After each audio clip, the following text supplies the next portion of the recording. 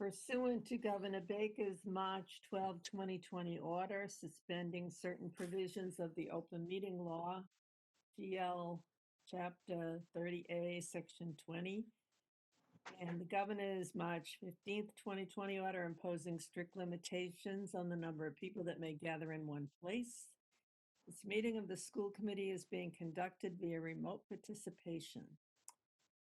If at some point during the meeting, either under public participation or a discussion under an agenda item, you wish to, members of the audience wish to speak, please raise your hand by hovering over your name and clicking on the hand.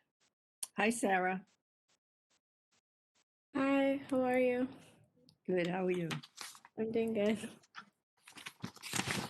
All right.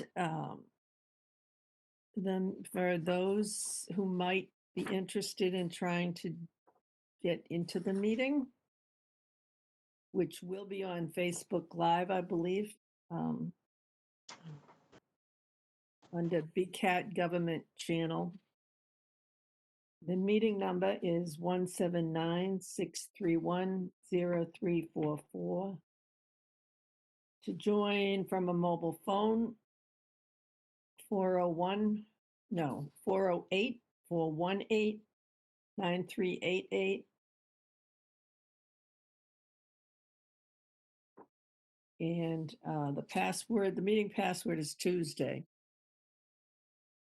All right, let's move on to our agenda. The first item in our agenda is the approval of the minutes of 1/12/21. Is there a motion? So moved. I'll second. Okay, moved and seconded to approve the minutes of the last meeting, 1/12/21. All those in favor? Ms. Simon? Aye. Mr. Foss? Aye. Mrs. Bond? Aye. Mr. Murphy? Aye. Chairman votes aye. The approval of the warrant is next. Is there a motion to approve the warrant? So moved. Second it. Okay, it's been moved and seconded to approve the warrant. Any discussion? No. Mr. Foss? Aye. Ms. Simon? Aye. Mrs. Bond? Aye. Mr. Murphy? Abstain. Chairman votes aye. 4-0-1. Next item is public participation. If there's anyone on the call who wishes to speak on an item that is not on the agenda, please raise your hand. Megan. Hi, I'm Megan Navoychek. I'm here tonight representing the Special Education Parent Advisory Council. We've had some discussion amongst our membership about the use of remote snow days. And many of our parents have concern with the practice and having some unforeseen challenges that maybe regular remote days or remote classes don't share. Some of the challenges that that parents have expressed to us are that their snow days happen and they're unplanned, and that parents have very little notice about when we're going to have a snow day. We get that 6 a.m. call, and it's all hands on deck to try to figure out a plan. And during those times, parents are expected to work remotely still. And for our special education parents, that often means that caregivers have to choose between educating their children or being present for work.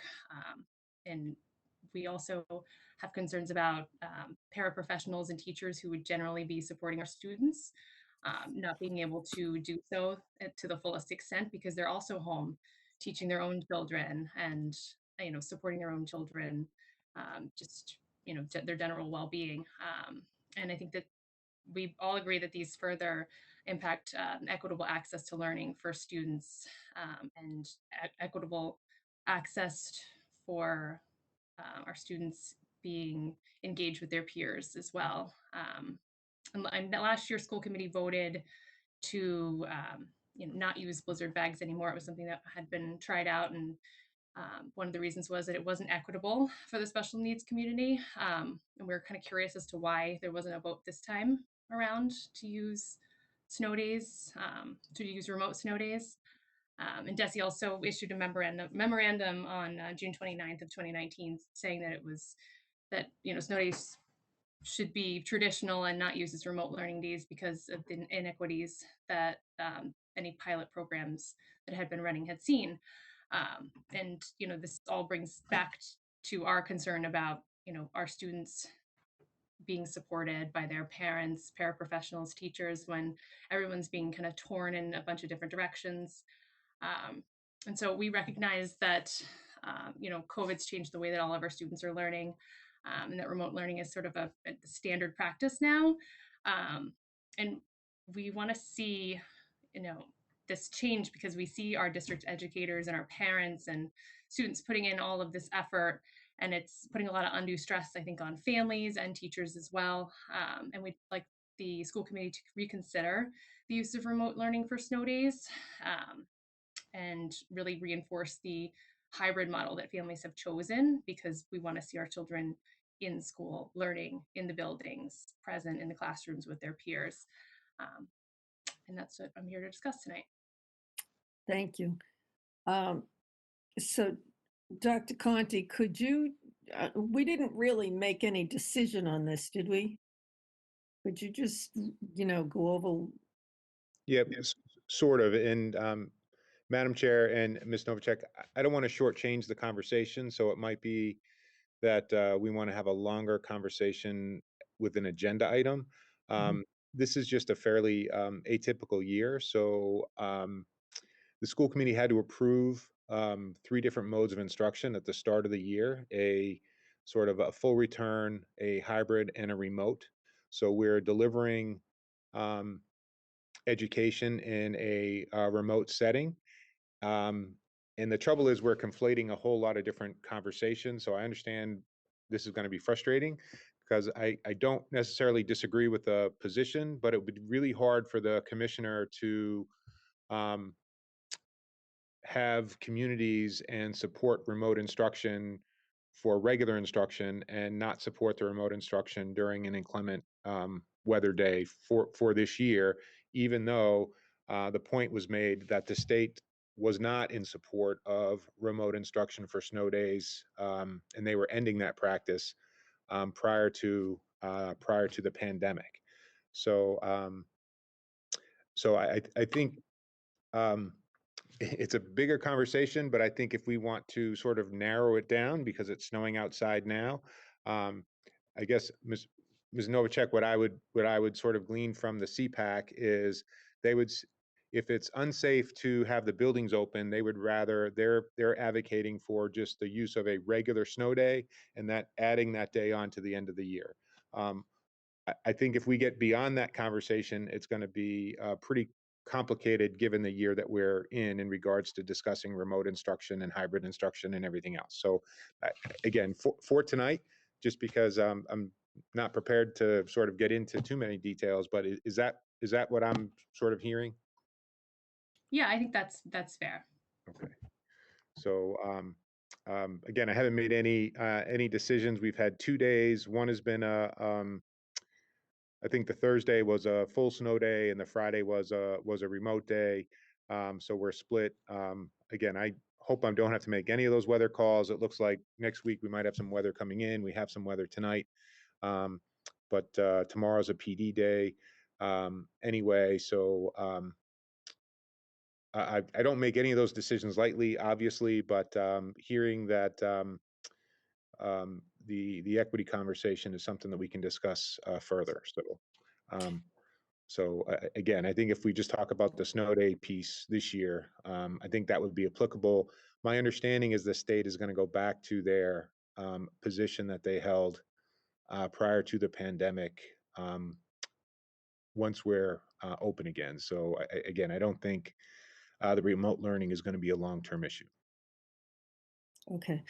So how about if we have an agenda item when it's to talk about it further when you have some information? I think the point is that long-term, we don't want to just all of a sudden find it acceptable to have snow days remote.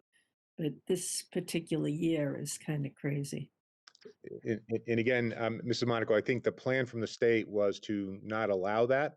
I just think if they allowed it for good weather days, for lack of a better term, I think this year they're going to have a hard time disallowing it for inclement Yeah. weather days. So I just think I don't want to get too wrapped up in the conversation this year.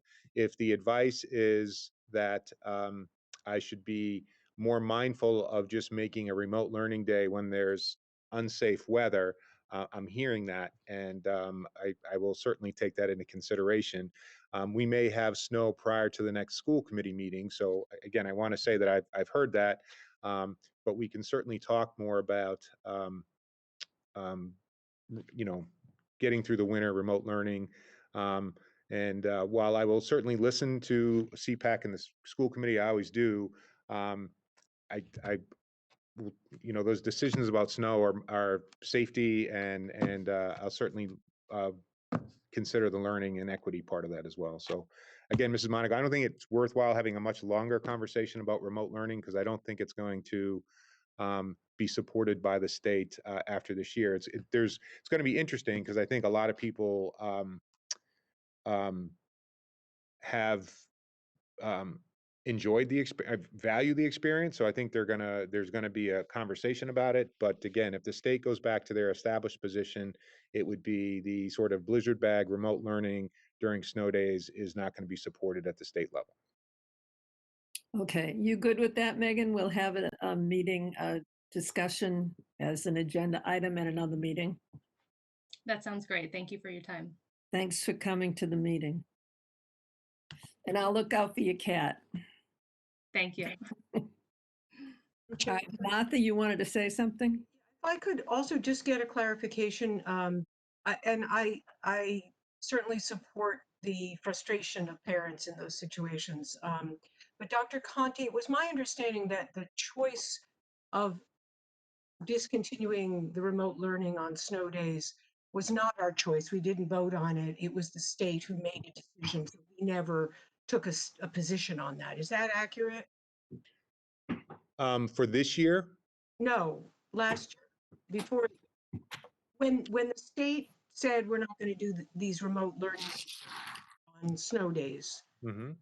I believe that we had not taken a vote on whether we would continue or not. Is that? No, we had not. The state's decision made our vote moot at that point, or not our vote, your vote moot at that point. So they had changed their regulation. I just think they were put in an awkward situation, in an awkward position this year, because they're supporting remote education, again, on nice days. So it's hard for them to say it's not valuable on snow days. So I think that's the situation they're in. But again, my understanding is that they are going to go back to their decision from prior years in terms of not allowing the remote education. And the reason that they gave was for equity, was the reason that they gave. So I'm saying I think that was that's established. I just think this year is an outlier in so many different ways, and that is just one of them. I just wanted to clarify that was not a decision that we made or we're allowed to make.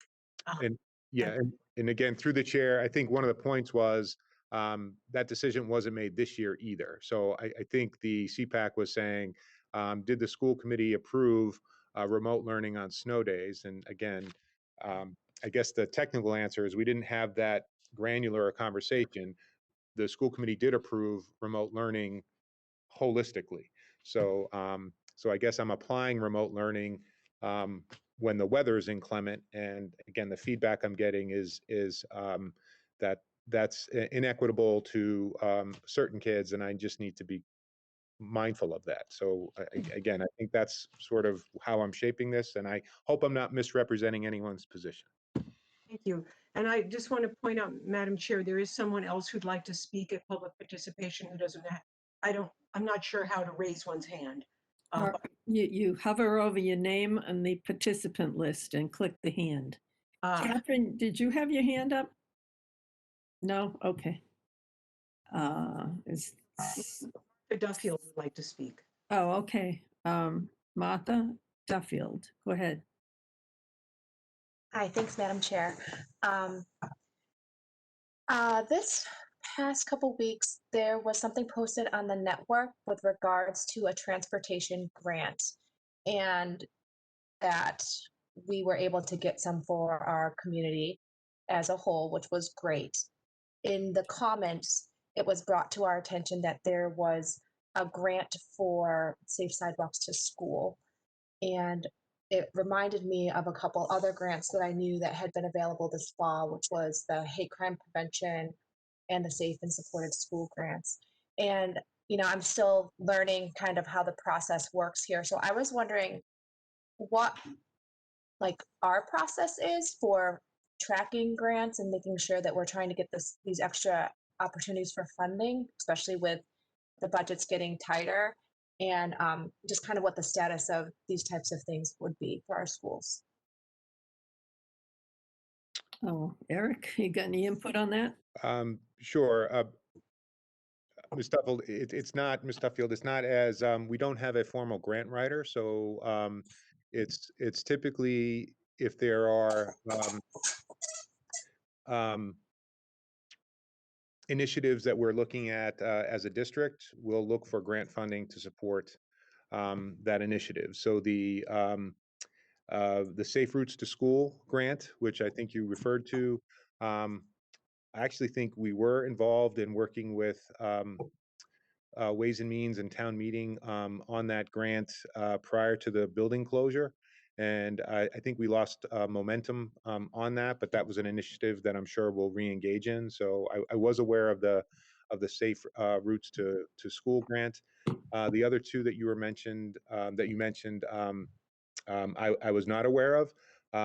But the process would be, again, typically if there was a group or an initiative, they would look to look for grant opportunities to help jumpstart the initiative or that program. Many of the grants from the state, Burlington may not qualify for just because of our Title I status. And so we would just make sure that we were qualified. And then again, we're open to anything. And so and we can certainly go back and look at those opportunities. Excellent. I wasn't sure too, because I know that, with the equity committee, parents are helping out a lot. And I wasn't sure if that would be something that would be wanted for these types of things, because we obviously understand you guys are working harder than ever and there's a lot going on. And so I wasn't sure if that was something that you guys would welcome as additional support from community members in order to help track some of these grants and see if they would work for Burlington, because some of them are substantial. I mean, I think the hate crime prevention was up for $50,000. What I would say is we would always welcome the help. I just think it does require just some conversation because, and this is my personal feeling, so please take it as it is I think writing a grant or receiving a grant is really almost a promise that that program is important, and what it is seed money, and then the district really needs to continue to support that work going forward. So there's rarely a competitive grant that goes on for 5 or 10 years. So it might be, again, we get an initial jump start through a grant, but the district really then needs to be committed to supporting that work and moving forward through our operating budget. So again, that's why we typically look for that alignment with initiatives that we're talking about. So I know the Equity Committee has an action plan, and if there are grants that support that action plan, that is sort of the district is moving towards, then that would be the alignment that I would be looking for with the grant initiative. So that's what I'm saying. But we would welcome any help that we could get. So Thank you. That's it. Okay, anyone else for public participation? Just, Madam Chair, just quickly, again, just while we were talking about grants, I just wanted to, we did apply for a Leahy Community Benefits Grant, and that was for $10,000. And that was Chrissy Concession and Susan Stone, and that's focused on SEL at the high school. So that was something that we were awarded, I think, last month. And then I do need to mention that Leahy is supporting the Youth Risk Behavior Survey again across the league. So the Leahy group is giving the 12 communities in the Middlesex League $50,000 to conduct their Common Youth Risk Behavior Survey, so that we get a report with the student sample from our league. And then as the school committee receives this report, we also get a youth risk behavior report for Burlington students, middle and high school students. So again, this is our third time doing it jointly as a league. Leahy's been again a great partner and has spent is spending significant dollars on this partnership. So I think that's those are grants that I'm aware of, and I'll try to get another list, and then we'll make sure that we look at what the Department of Ed is offering us as well more carefully. So I think Ms. Duffield's suggestion is a very good one. All right, that's great. Thank you. Moving on. The student representative report. Sarah. Thank you, Madam Chair. I do not have as many things as I had last time, so that's a good thing. But I just wanted to start off with talking about the high school this week and that past week had their mid-year exams. Only some teachers are giving mid-year exams this year.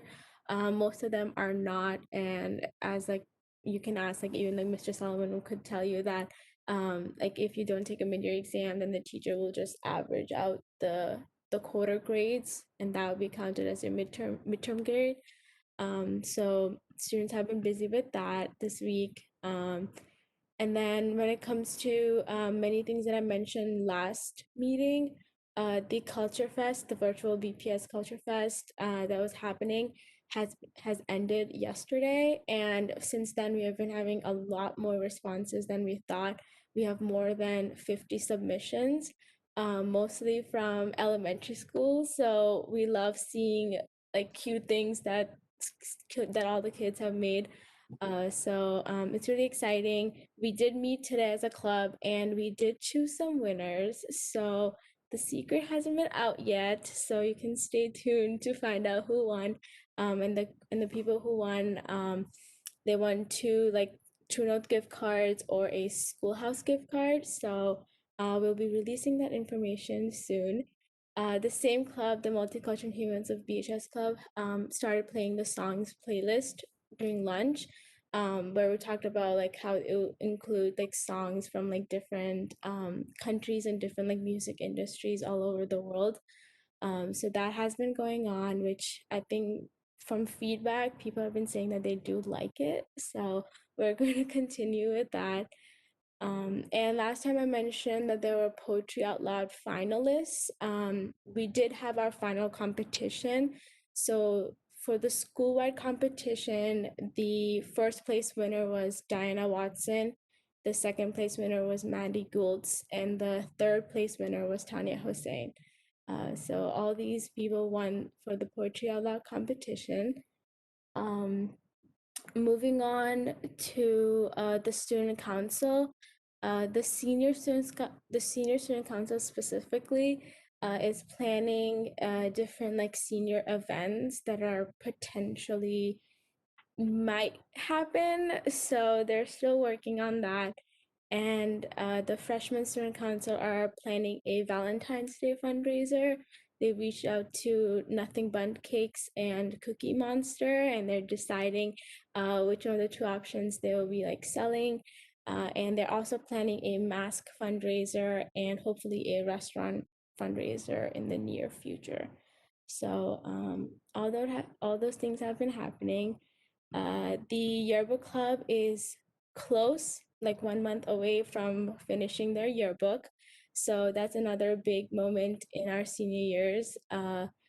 Right now, the club is reaching out to businesses for the business ad sales.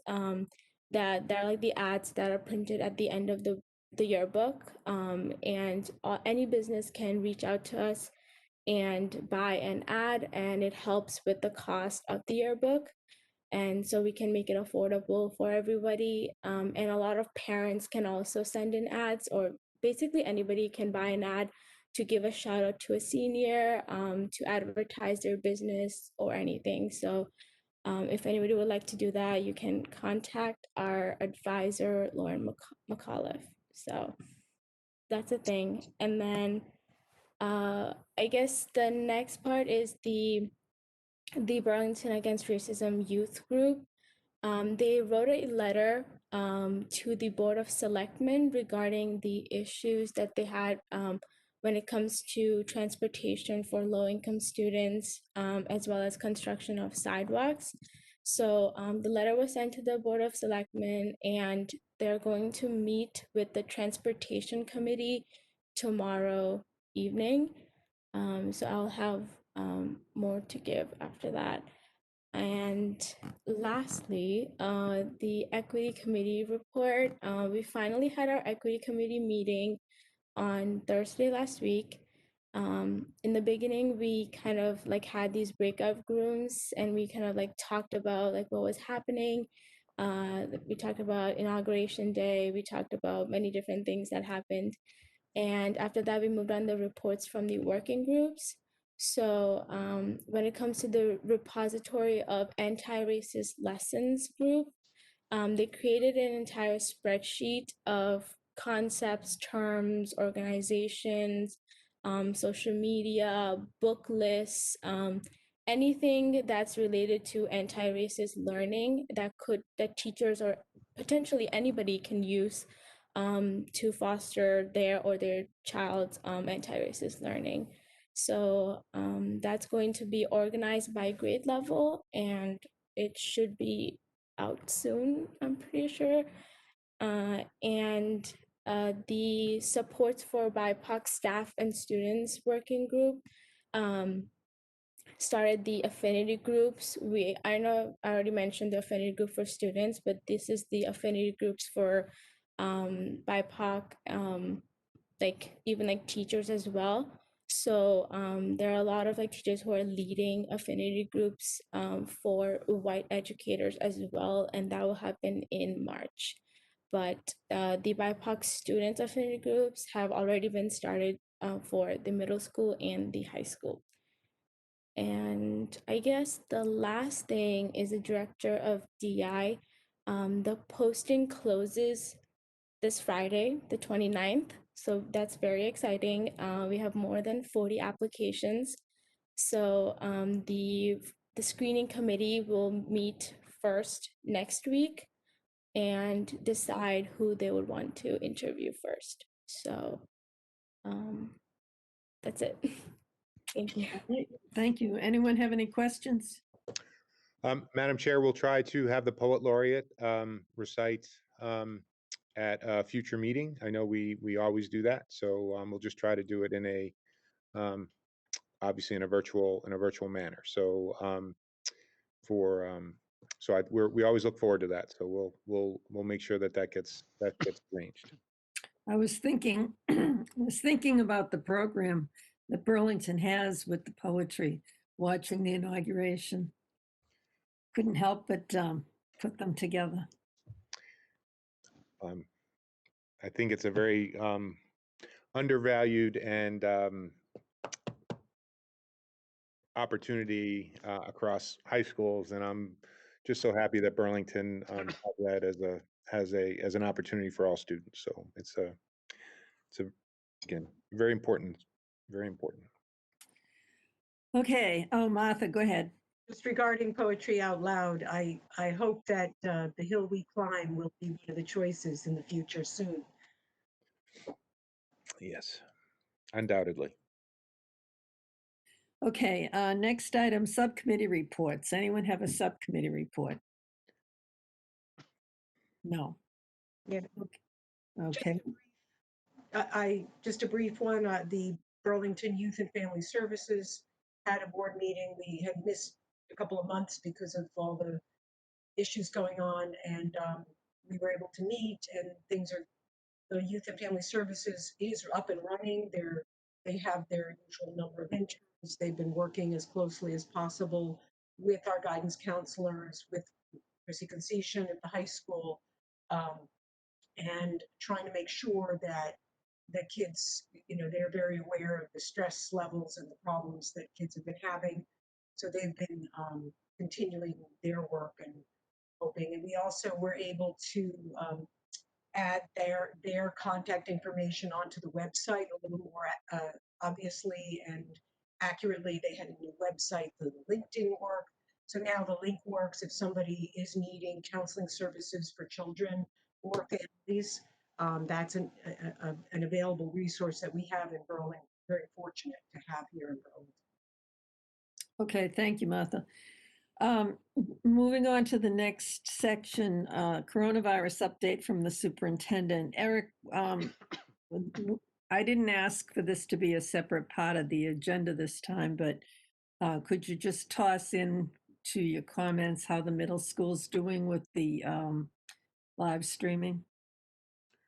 I have a working group that meets weekly. There are parent representatives from all different levels, but the middle school is well represented. And the feedback that they are giving me is positive. So I think that what they've said is their children are more engaged in their learning throughout the week. So again, I don't have any data besides the anecdotal information directly from middle school parents, but that's kind of what I've heard. And speaking to the teachers, I think they're all certainly working incredibly hard. I think that it's another ball in the air to juggle, but again, our teachers are really talented and they're doing it. And I think parents are understanding that there's going to be technical mistakes as people learn new skills. But again, our teachers are picking it up, and I think they're all they're moving forward. So I don't think they want to have any other major changes for a while, because this is really taking a lot of effort and energy. And I would support sort of keeping sort of what we're doing moving forward. But again, I think the feedback's been positive. So I'm not sure if you've gotten any more other feedback, but my belief is it's probably quieted down some. Yeah. Thank you. So that's what I would say. May I move on, Madam Chair? Of course.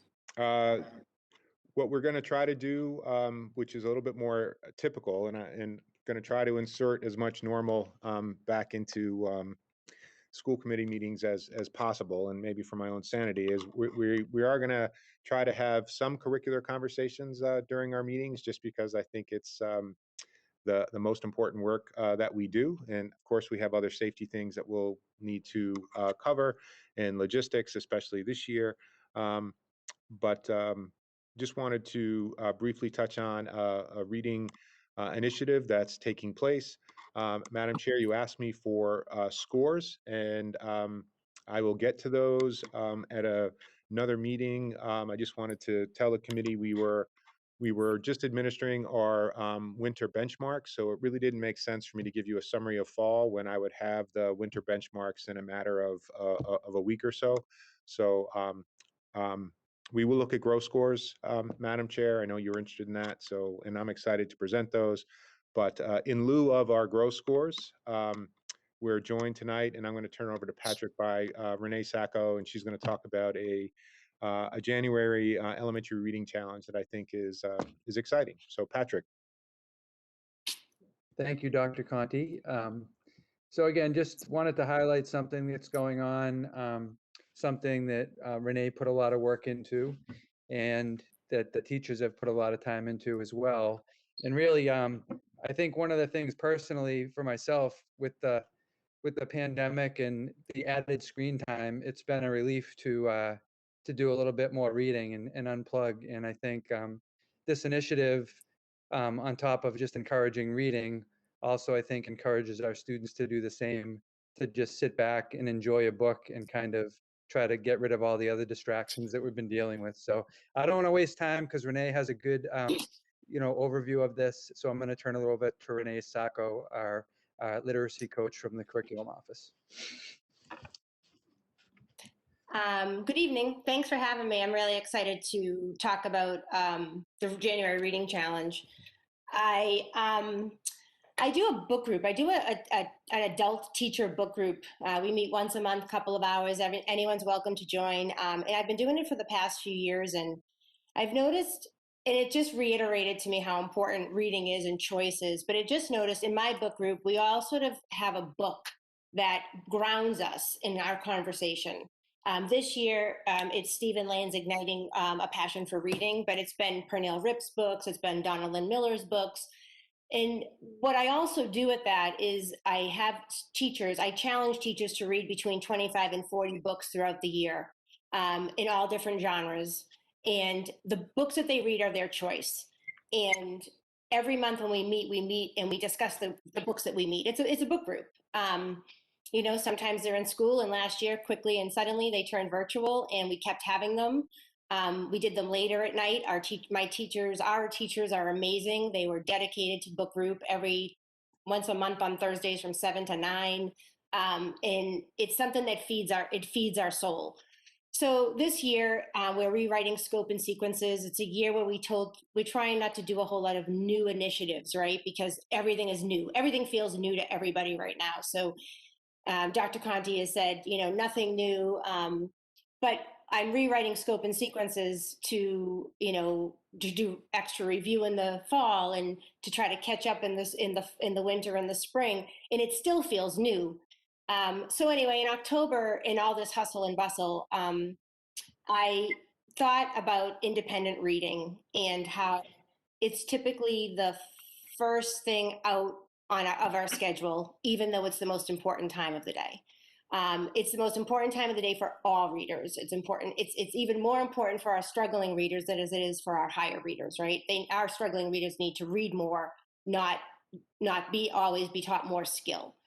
So I came up with this idea to have a January reading challenge, and I presented it to my ELA curriculum council, who I also meet with once a month. And none of this work would get done without my ELA curriculum council, to be perfectly honest. But I shared with school committee my January form, and the truth is we do a lot of skill and strategy lessons, and it's synthesizing and outlining and comparing and contrasting, and it's taking notes, and it's when do we just give kids a chance to read? When do we just give our students a chance to read? So anyway, I don't want you to think that our teachers are not teaching, because they are teaching even more in January than probably any other time. It's a break from the norm, but it's not a break from learning. And I think that's an important and significant thing to discuss. So for our students coming back after break, it's about choice. We've had kids, all of our students fill out interest inventories so that our teachers can get them the books that they're interested in.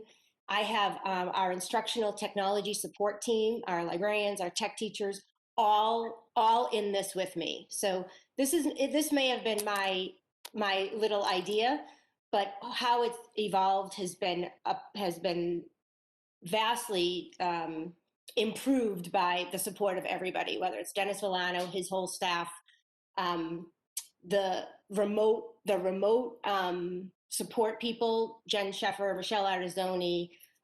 It's our platforms that we use to give our students access to text, especially our remote students.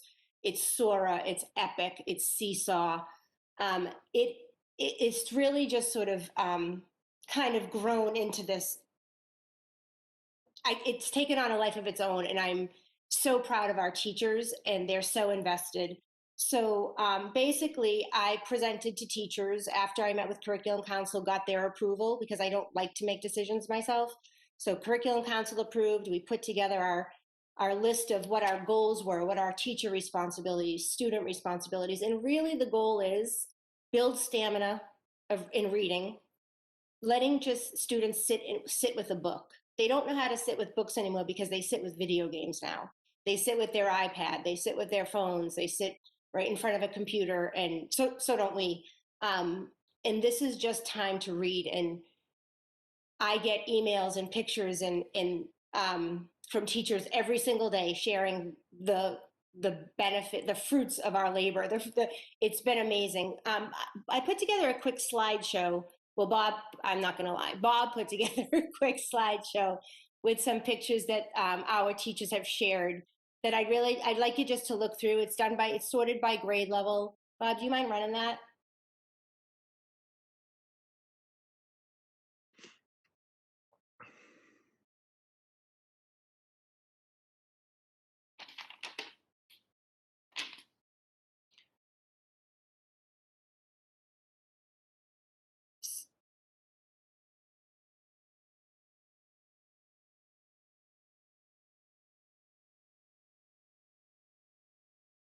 These are kindergartners sitting. These are remote students.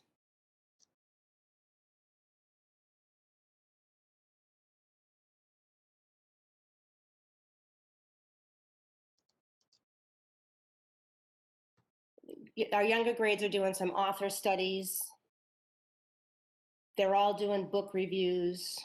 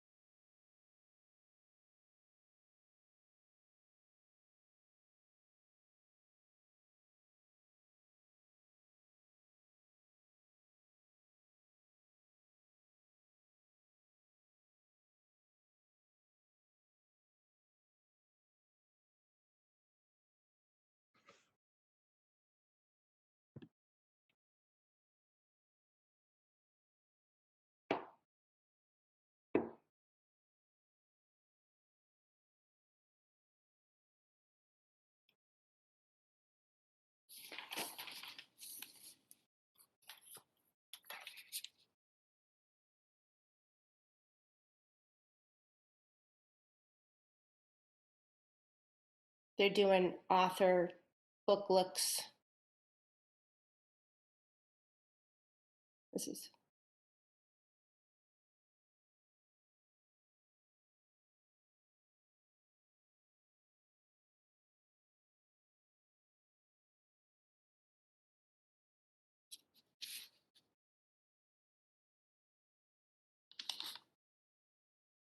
they're writing reading goals for themselves.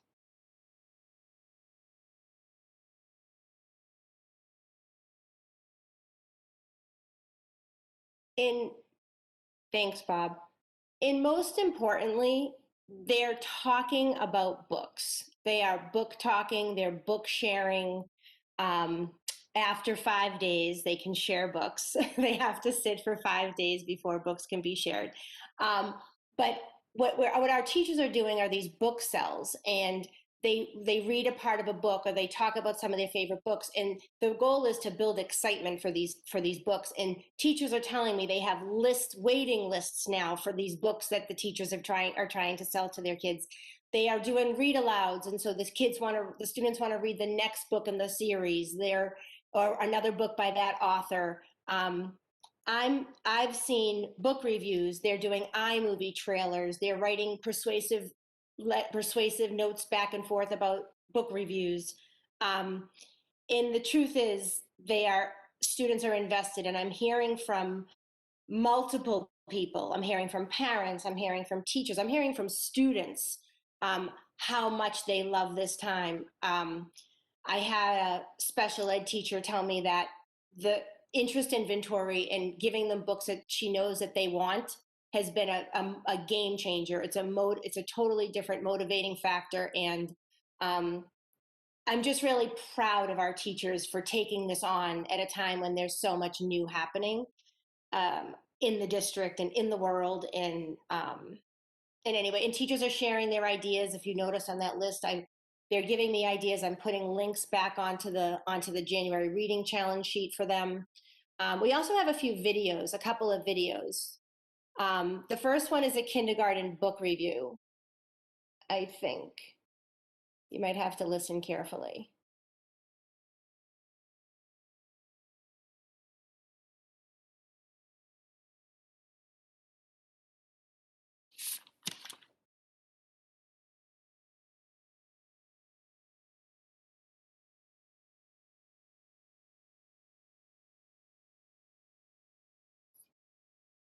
Was there volume on that? There was, but it's very, very quiet.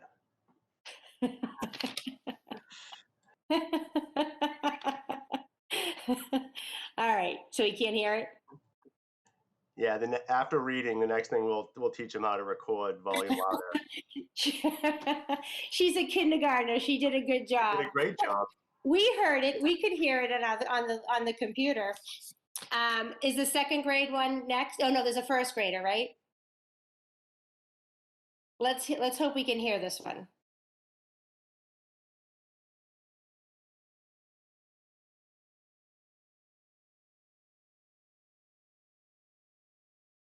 Bob, we can't hear anything.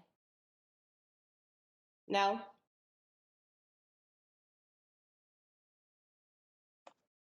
I think there's a special way you have to set it to be able to share audio when you're sharing your screen. I know as a teacher, I haven't figured that out yet either. So there's some special thing you have to set. So Right. You know what? I'll share those links with you all afterwards. We can't hear the movie trailer either then, I'm sure. We'll share those links with you afterwards. Because they're really worth seeing. They've spent a lot of time working on all those things. Maybe Bob can figure it out, but you know that I'm not going to be able to. So the bottom line is that students are now spending this month integrating all of the skills that they have been learning in isolation. They're synthesizing, they're applying, they're persuading, and they're using their authentic text to do it. And I haven't seen anything as valuable as this in a long time. So my goal is to spread out the rest of the scope and sequence, the Common Core, over the next few scope and sequences so that we can maintain at least 10 to 15 minutes of independent reading, that we can hold on to it for the rest of the year. It's a little tough with the half day, but I truly believe that we do make time for what we value. And I do think that teachers see the value in independent reading, and I do believe we can continue to make time to keep this in our schedule. So I don't know if anybody has any questions, but I'd be willing to answer anything.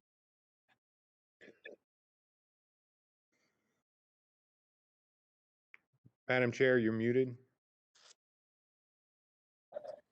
Thank you, Eric. Renee, that was great. Thank you. Does anyone have any questions?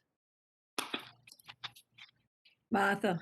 I don't have a question. I'm just, this is wonderful. Thank you, Dr. Conti, for having Renee come and talk about this program and what the kids are doing, what the teachers are doing, what a brilliant idea. And I'm just so glad that we're doing things like that that are helping the kids. I feel joyful, and I'm not even in the classroom with the kids. So thank you very much for all. Thank you. Well, Renee, I just got my husband to read book 1 of Harry Potter. Well, Mrs. Monaco, that's the only Harry Potter book I've read because I have a genre gap, and it happens to be fantasy. And I'm trying to overcome it. And so I'm working hard on that. Well, I read them all very carefully, and we have trivia games on Harry Potter books. Yeah, I'm not sure Renee realizes that it's it's real. So that's the issue. So again, I just want to echo what Renee said. I think our teachers are doing amazing things. What I appreciated about tonight, what we'll try to do at future school committee meetings, is I also appreciate just getting a glimpse of the classroom and a glimpse of students. We spend, again, a lot of time this year on operations, understandably so, but I think the whole point of all the operations is to create the learning opportunities and the joy that you're seeing in our classrooms. And then our teachers are just phenomenal at producing and planning. And again, we have great support, as Renee mentioned, including Renee herself. So we are, there is learning going on. There is joyful learning going on.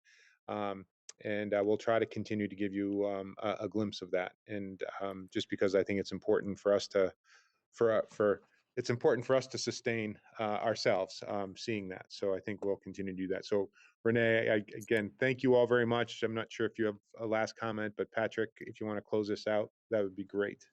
Well, Bob says thinks he has it. I don't know if you have the couple of minutes, but we can always, like I said, send it. Better than me closing it out. Let's try it one more time. Try one more.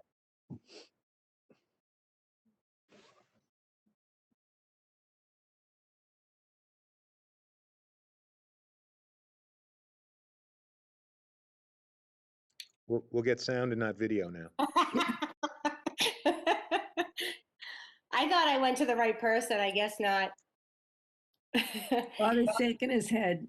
I'll just talk and say thanks to Renee again. Thanks to all the teachers again, like Renee said, for taking on something new and extra during this time where it's enough work just to try to maintain what we're trying to do on a daily basis. So we appreciate it, and we'll definitely be sharing some more curriculum and instruction from other grade levels as we move forward with the rest of the year. So thank you.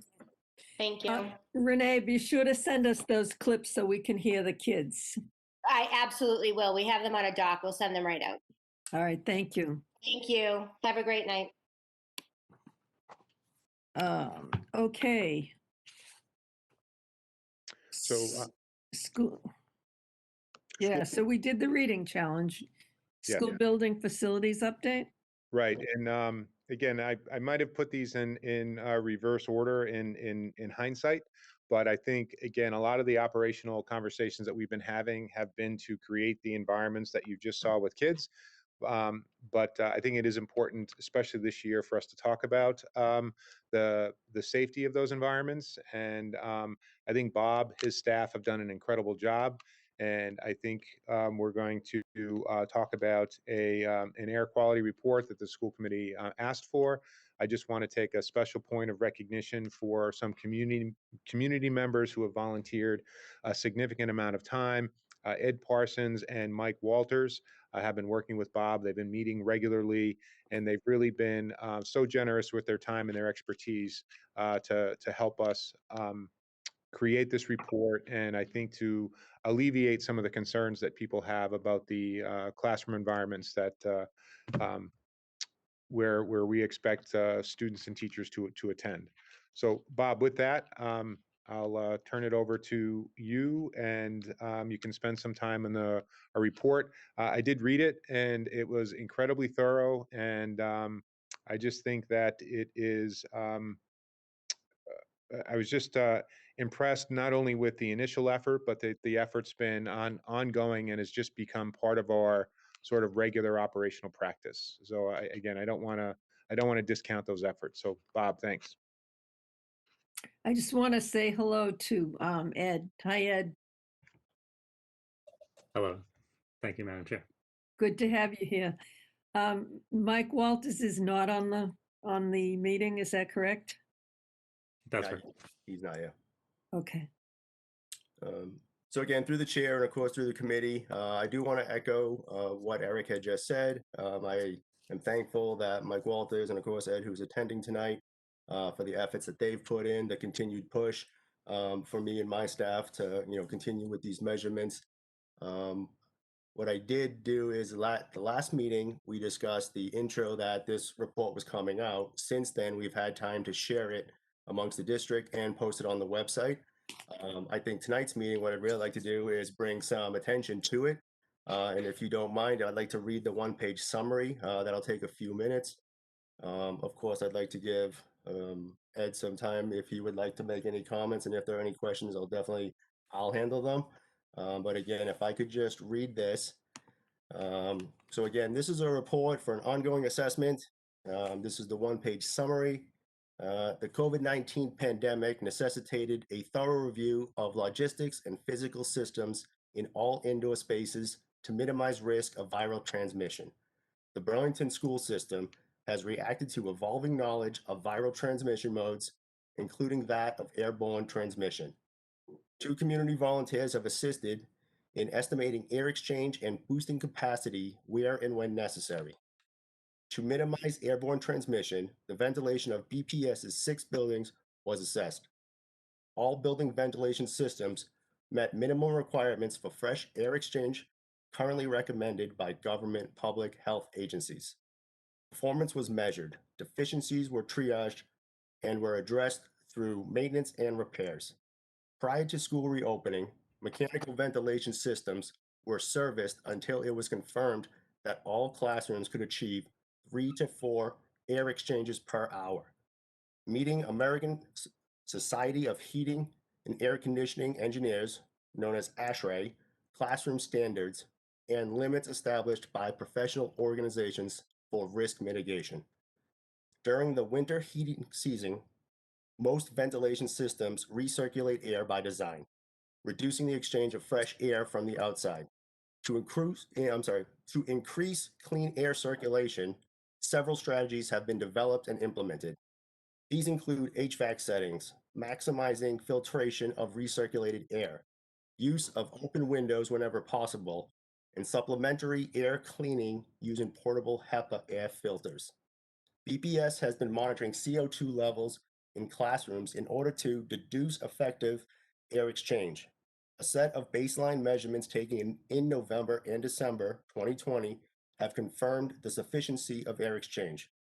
CO2 measurements are planned throughout the winter and spring of 2021 in order to validate ventilation status, identify problems, and remediate as necessary. So again, this is just a one page.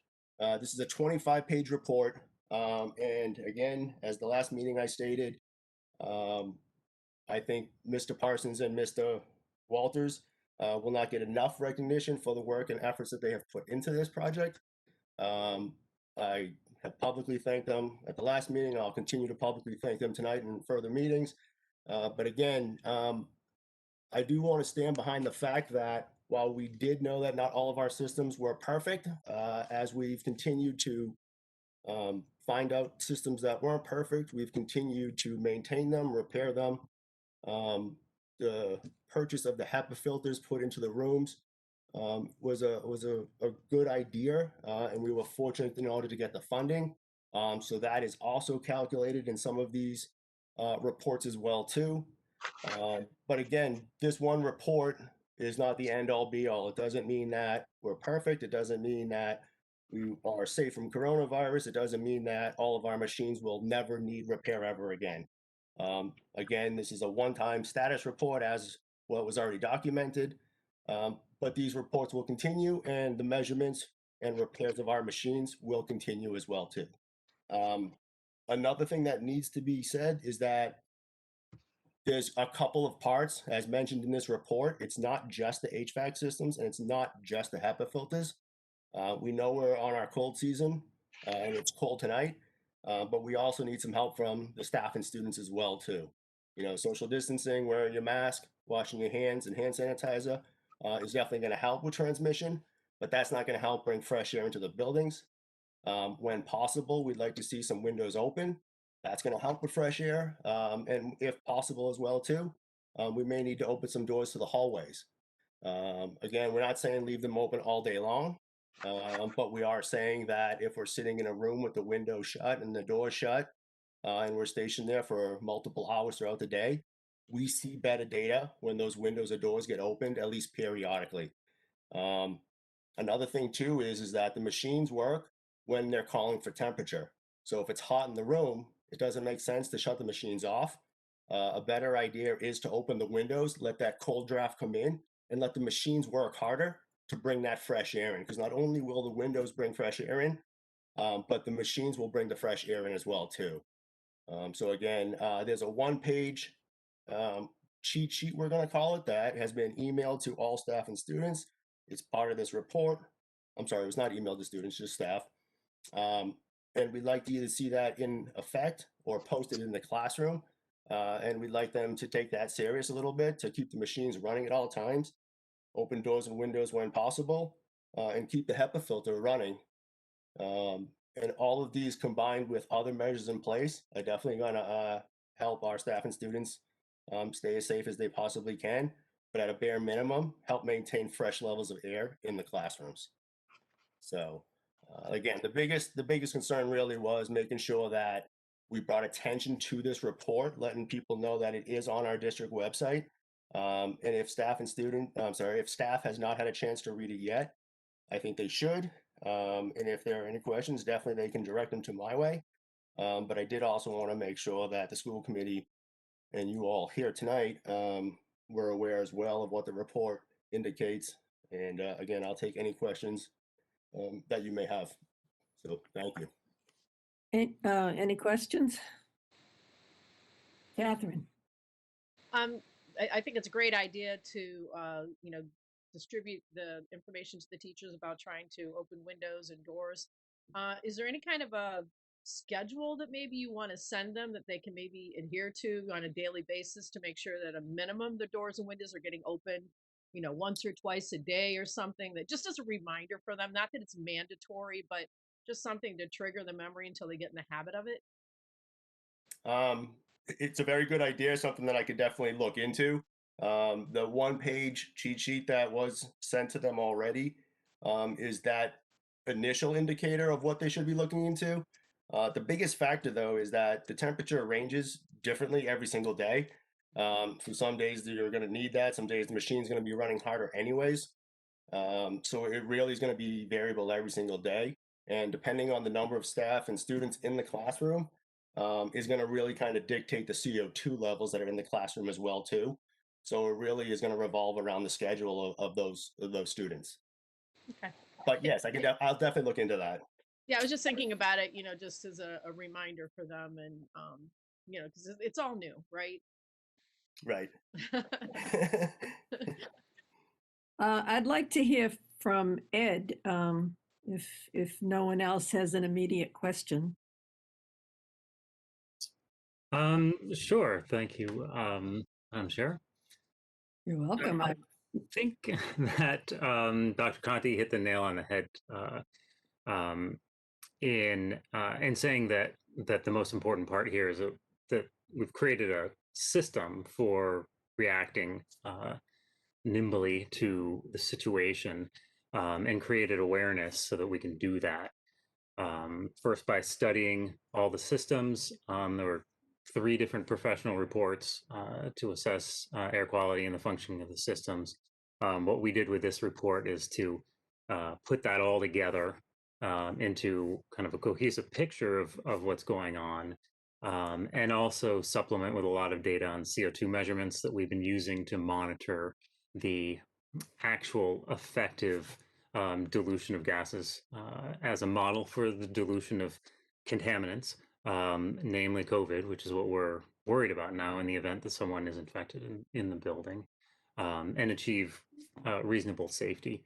And what we see is in aggregate, if we are paying attention as we are and need to continue to do, we have a pretty reasonable situation. Given our mission, which is to educate kids as much as possible in the manner in which we do it best in the classroom, and through multiple layers of protection. These are things I think that you've heard many times over from public health agencies. You can achieve a relatively safe situation, and through de-densified classrooms and through maintaining a pretty good ventilation, even in the deep of winter, which is a challenge in any setting.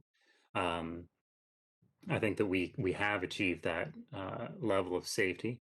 And to Mrs. Bond's point, that is among the suggestions to occasionally clear out the air in the classroom by opening the windows. That's one of the several strategies that we can do on an ad hoc basis to maintain good air exchange. And what we see in the CO2 data is, and this is part of the, it's the first appendix. You'll see the data is about 3/5. Sorry, the report is about 3/5 data, just illustrating what we've found. And you can see dynamically through the day how the air clears out when a window or a door is opened.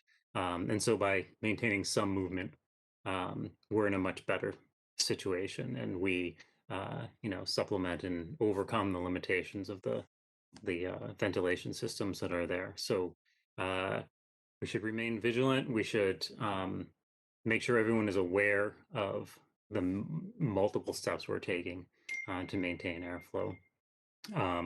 just keep aware of it. And I think we'll be in pretty good shape. Okay.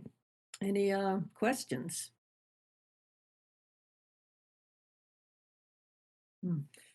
Ed, I have a question for you, but it's got nothing to do with air quality. Okay. Your background is fascinating. Is it real or fake? My background, I am a No, physicist. in your window. In my window, What's my background. I'm sorry, I thought you were referring to my technical background. This is a scene I stole from an architecture magazine, so you don't have to see the boxes piled up in my office as a result of establishing 4 separate office spaces on the first floor for everyone who's working remotely right now. I see. Well, it's very pretty, and I noticed it, wondered what it was. It's somewhere in the Northwest. Somewhere in the Northwest. Okay. Anyone have any real questions for Ed? Or for Bob? It sounds like you've been working hard protecting the air quality for the staff and students, and it's much appreciated. No, again, Madam Chair, just a note of gratitude again to Ed and Mike for their support in their work. Again, they are volunteering their time, and this was a significant amount of effort, as you could see from the report. So, and I think that anyway, we can't underestimate that support. So again, thank you, Bob. I know your staff has been trained. I think they've learned new skills. I think they're again, this isn't a one-time thing, as we've said, and I think they're continuing that maintenance, which is important. Our buildings are some of our buildings are older, so this is going to be an ongoing effort as we try to move forward. And committee knows we're in the process of looking at the high school as a whole. That's a significant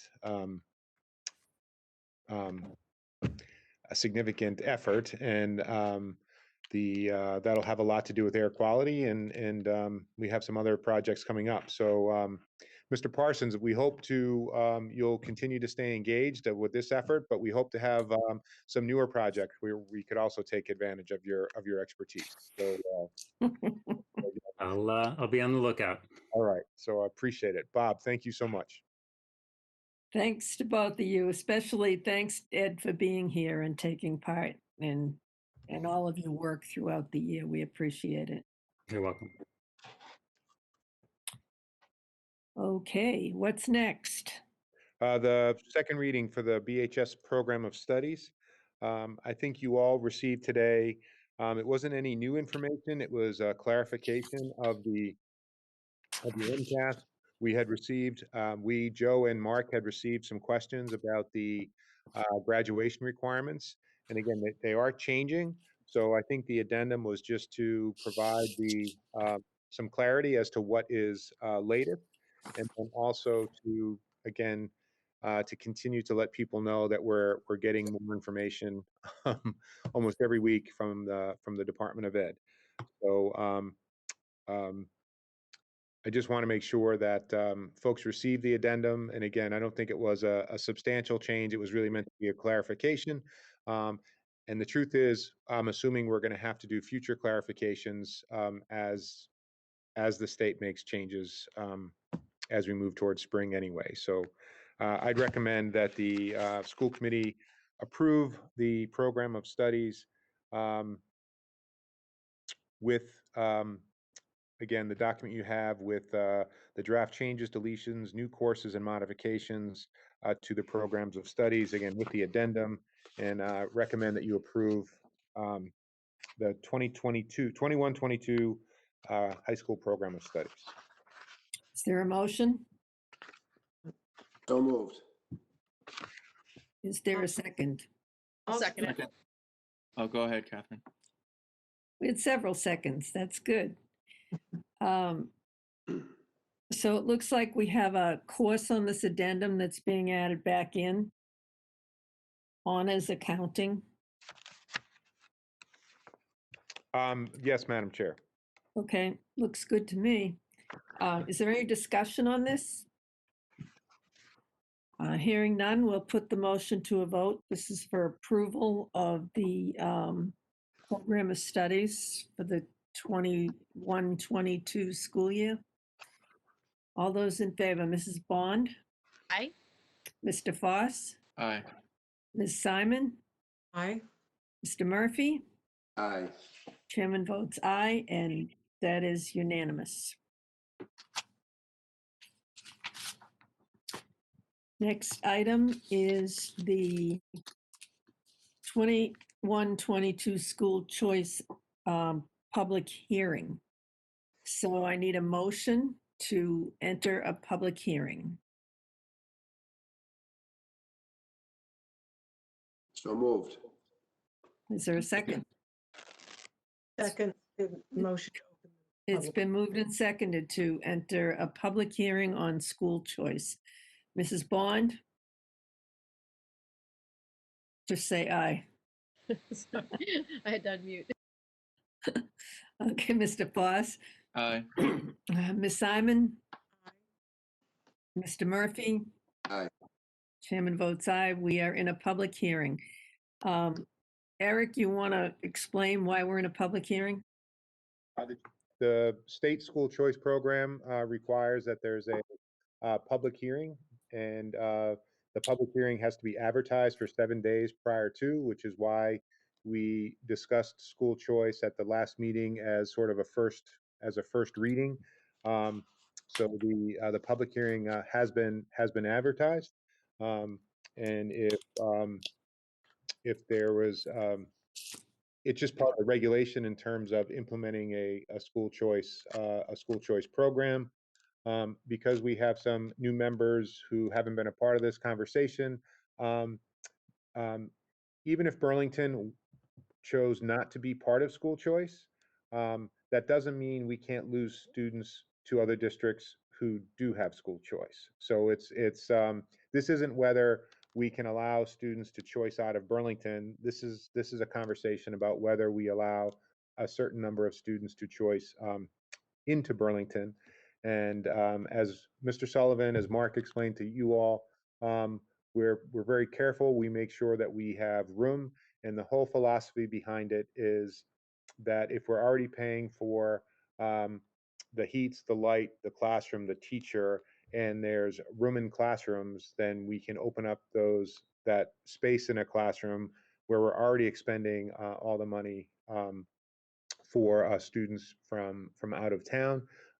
It does give us some flexibility at the high school level.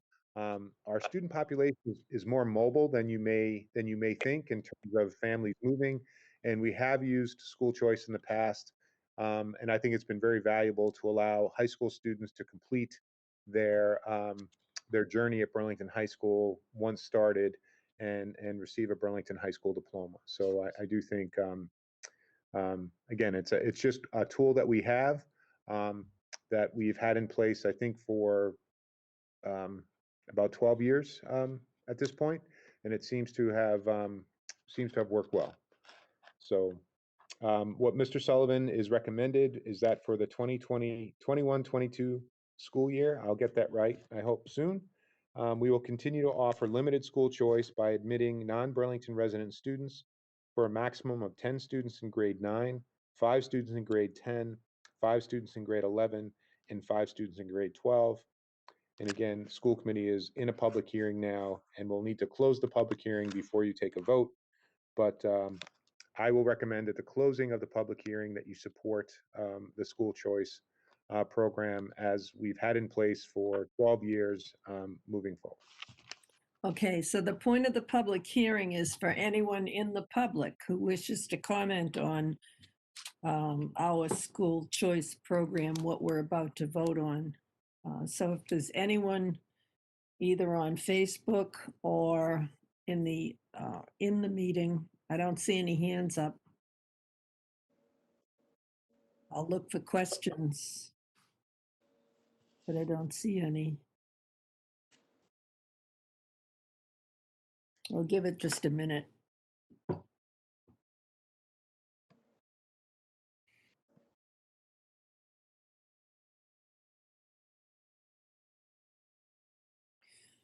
All right, I have a feeling we're not going to get any questions. Is there any discussion among the committee members? Martha, go ahead. I just want to add that when I first came onto the school committee, I was very concerned, and people may or may not remember that 5-10 years ago, school choice was a much bigger issue in political discourse and discussions.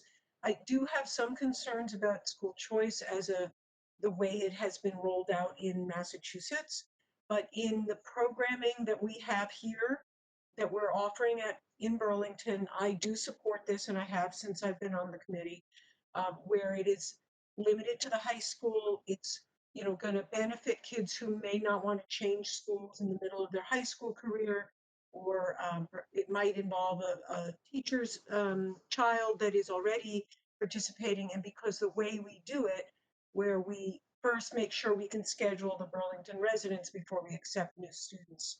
And I do see this as a benefit kind of all around. And certainly it's a benefit to Burlington, I think. So I do support this and will vote for it tonight. Okay, I don't see any questions from the public. If anyone else does see any, please tell me. Otherwise, I'll take a motion to close the public hearing. So moved. Second. Moved and seconded to close the public hearing. All those in favor, Ms. Simon, Aye. Mr. Murphy, Aye. Mr. Foss, Aye. Mrs. Bond. Aye. Chairman votes aye. That's unanimous. The public hearing is closed. And now we need a motion to accept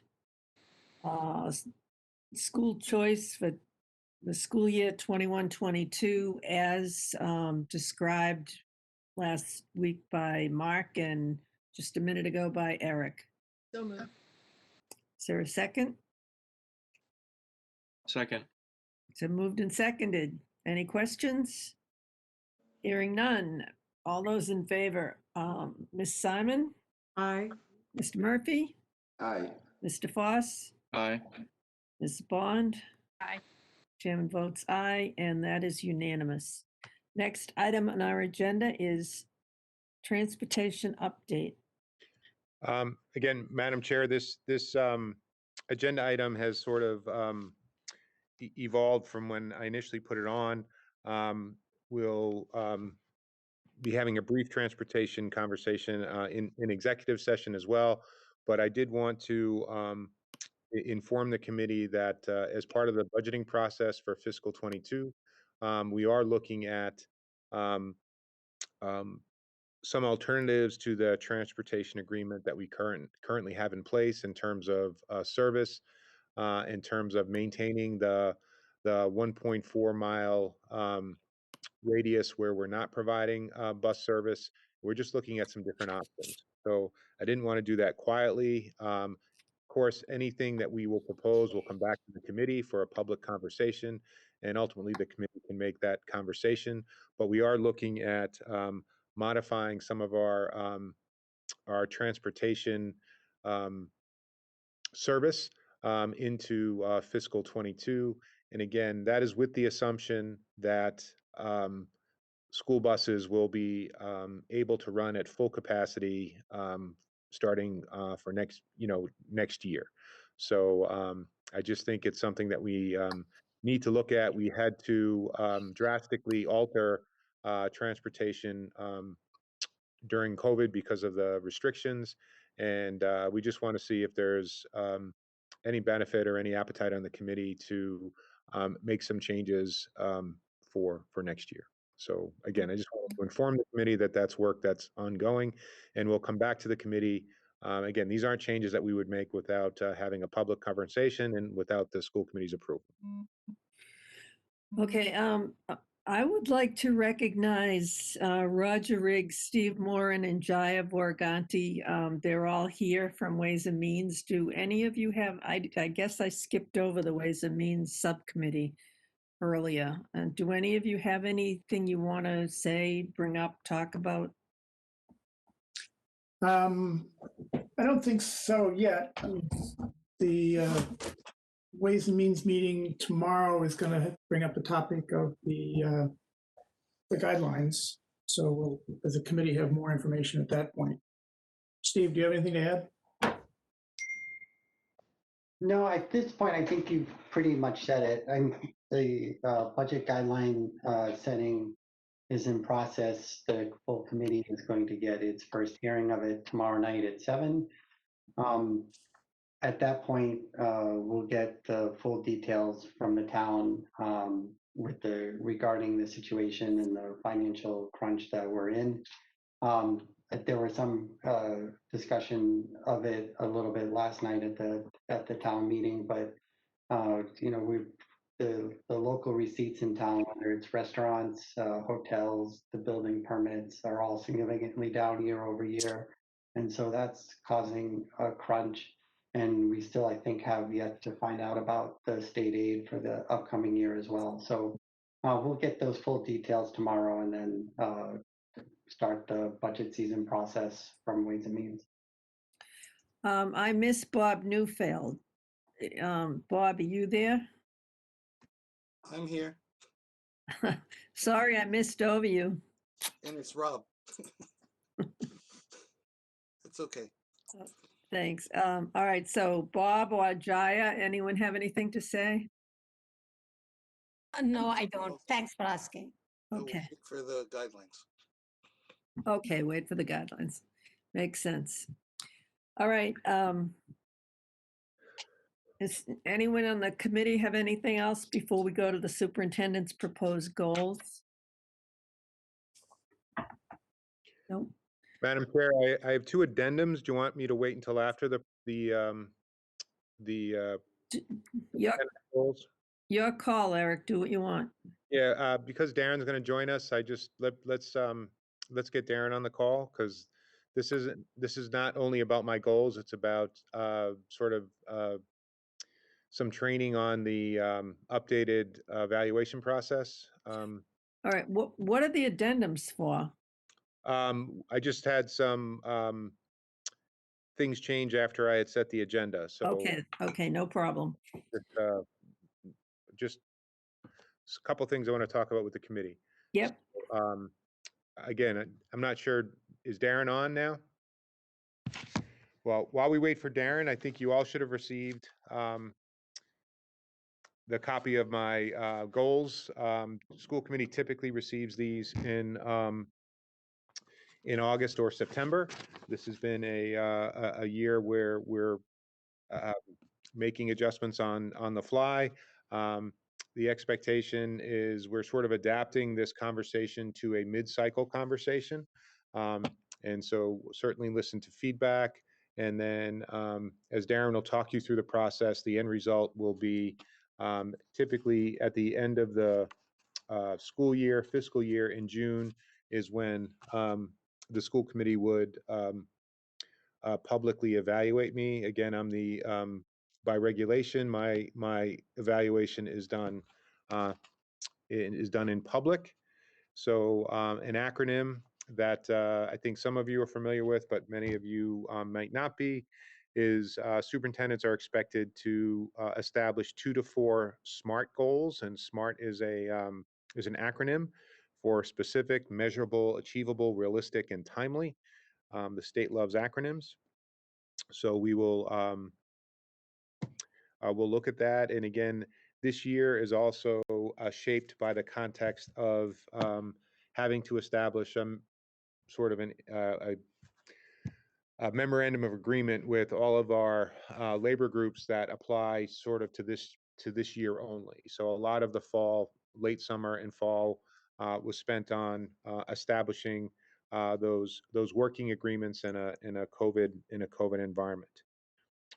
So I really have 3 goals, and I'm sure hoping Aaron gets on here soon. I have a district improvement goal, which is an Eric, area. I'm here. I've been on for the last couple minutes, or a minute anyway. All right, Aaron, thank you. Sorry. Good evening, everybody. Nice to see everyone. Hi, Darren. So Darren, just let me do my 3 goals, and then I will turn it over to you. So I have essentially a district improvement goal, which is goal 1, and that's leading Burlington School District through the pandemic. Goal 2 is a student learning goal. It's the continue to student progress through the pandemic.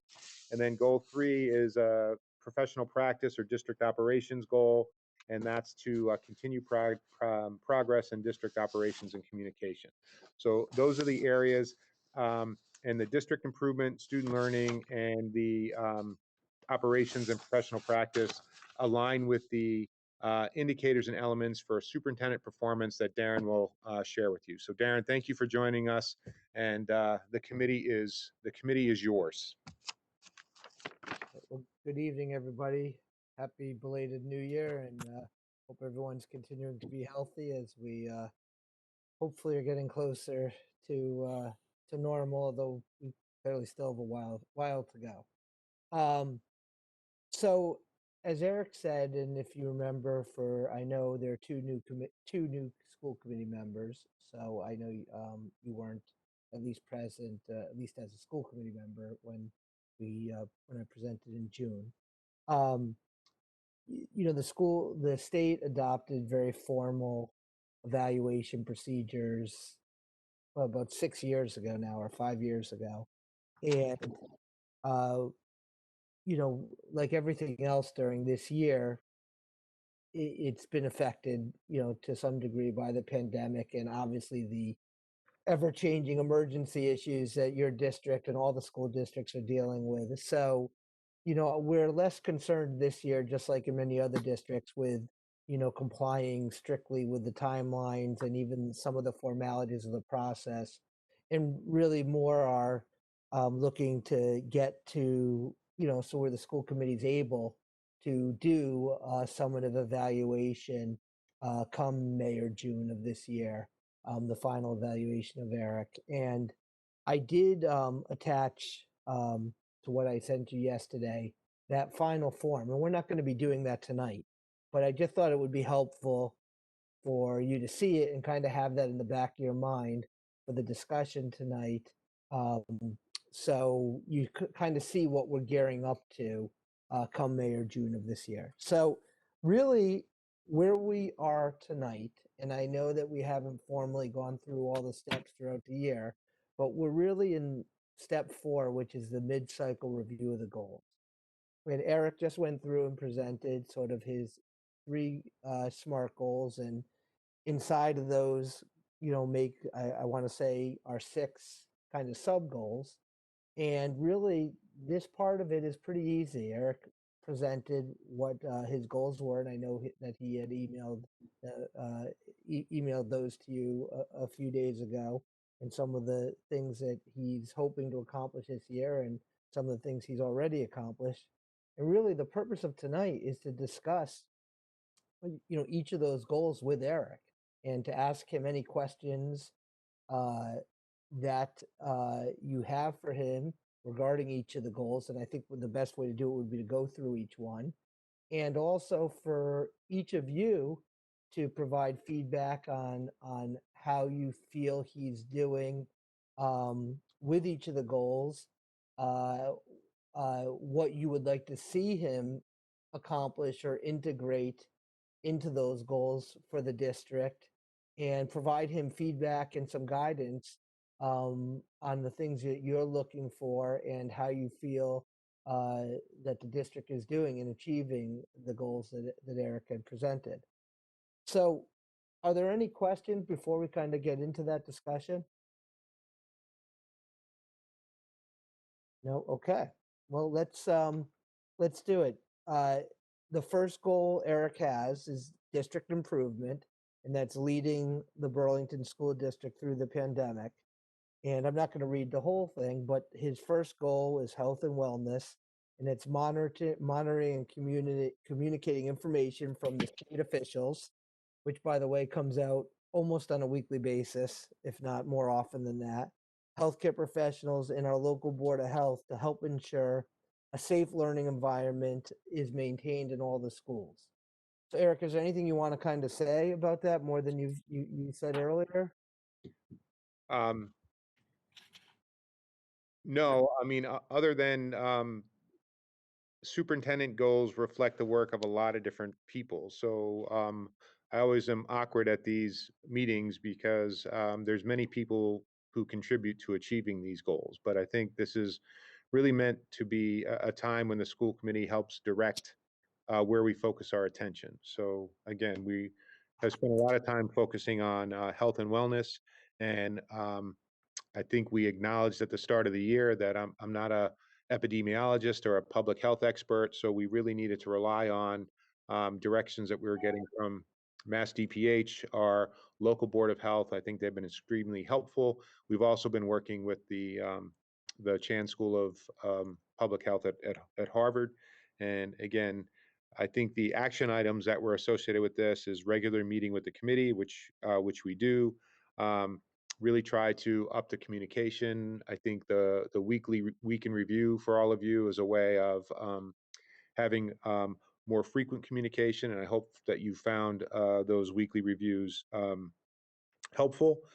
We've been having weekly leadership meetings with all of our principals and other administrators, and including our nurse leader, and really trying to focus on getting feedback from the buildings in terms of what issues they're having.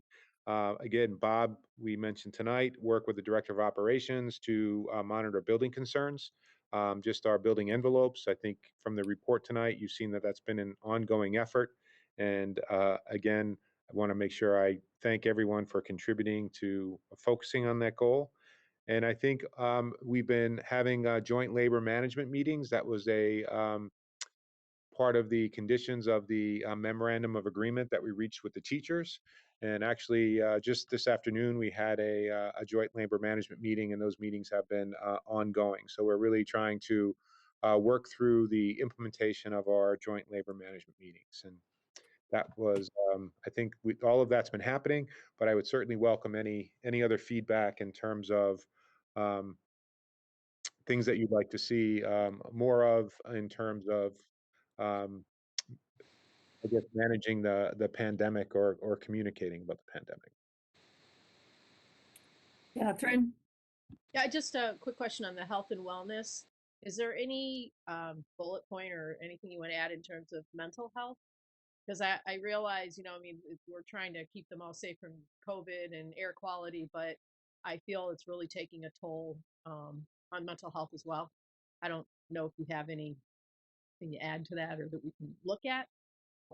Okay, Ms. Bond, I think that's a great idea. I think we've been spending a lot of time on mental health, and I think I have stuff I can add. So I can certainly add a bullet for sort of expanding our mental health services, our social emotional focus for both students and adults. So I think I will add in a mental health bullet. So thank you. Yeah, I mean, why not do it if you're already, got working on it, right? Yep. Sure is an issue. Anyone else, questions, comments? Chris, I was just going to say on the union meeting part of it, and we're going to be beginning negotiations on the next contract very soon.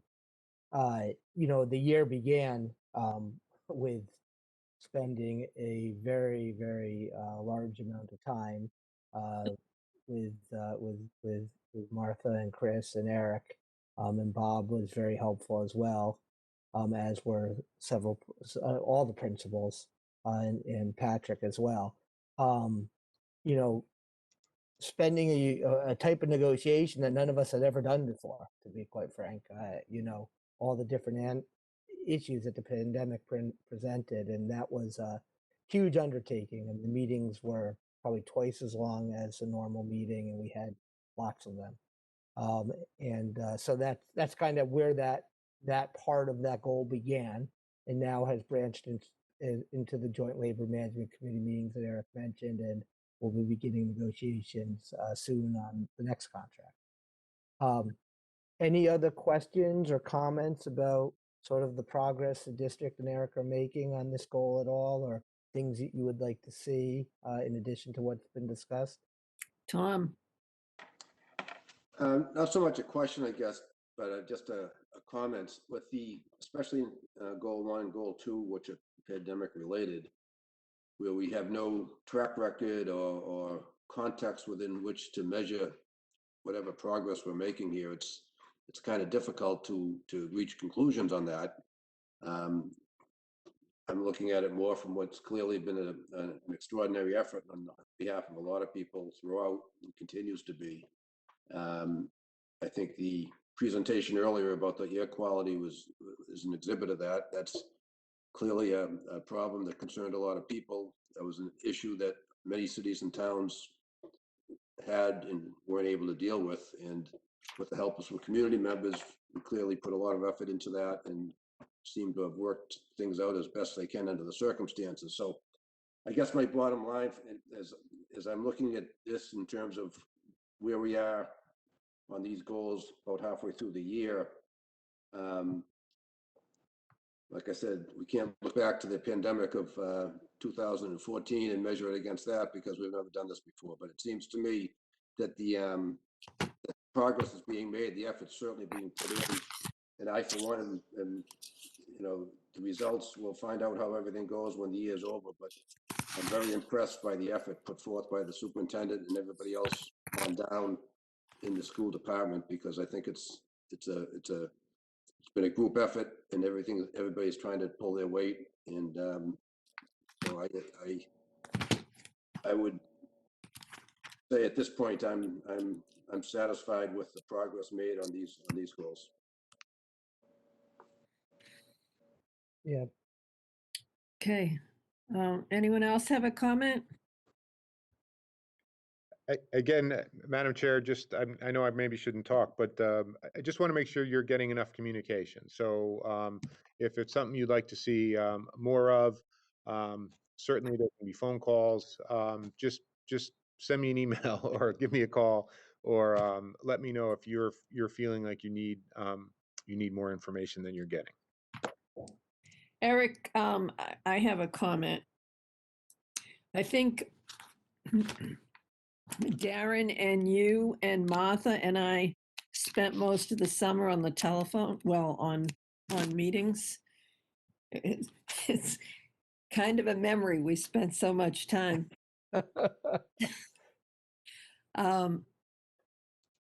So I just want to say you had a whole lot more patience than I did with some of it. And you should get a really good-sized attaboy for that, because you still have all of your hair, and I think I pulled a lot of mine out during that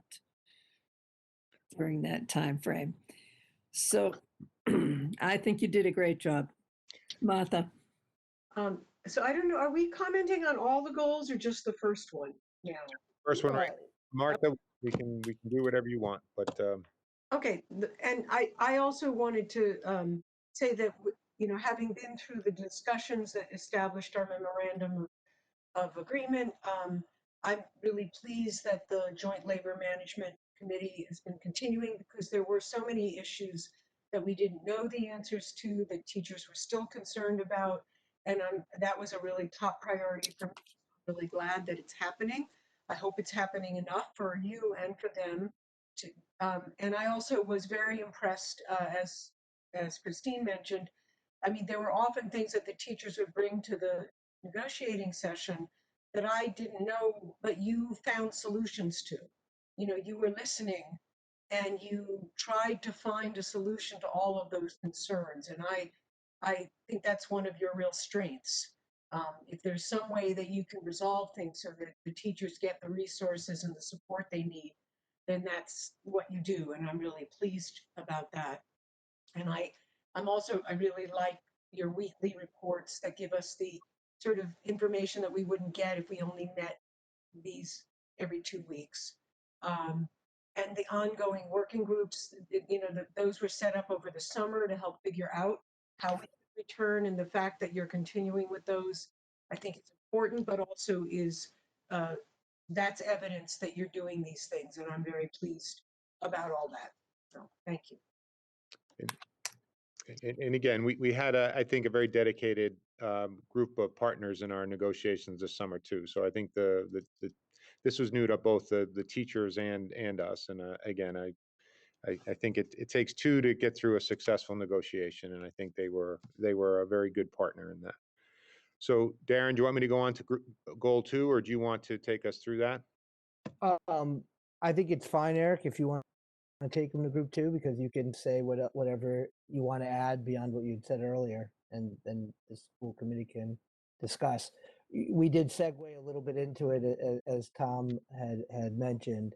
The only thing I would just say on sort of the academic expectation issue, just from what we're seeing in other districts and in our discussions beginning in the summer, I think one thing that was tough for everyone to come to grips with is there is no way to exactly replicate being in school 5 days a week when you're not in school 5 days a week. And so I think we all had to come to grips in our own way with it was going to be different this year. It wasn't going to be the same, and there was no way to provide it exactly the same. And I think Tom had sort of indicated that in his comments. And I think that that's very true. It's coming up with the best solution, top choice, and our top choice is that we have 100, a full school year for the students, with them being in school every day, and that's not a reality for this year, and so we had to come up with the best solution to that.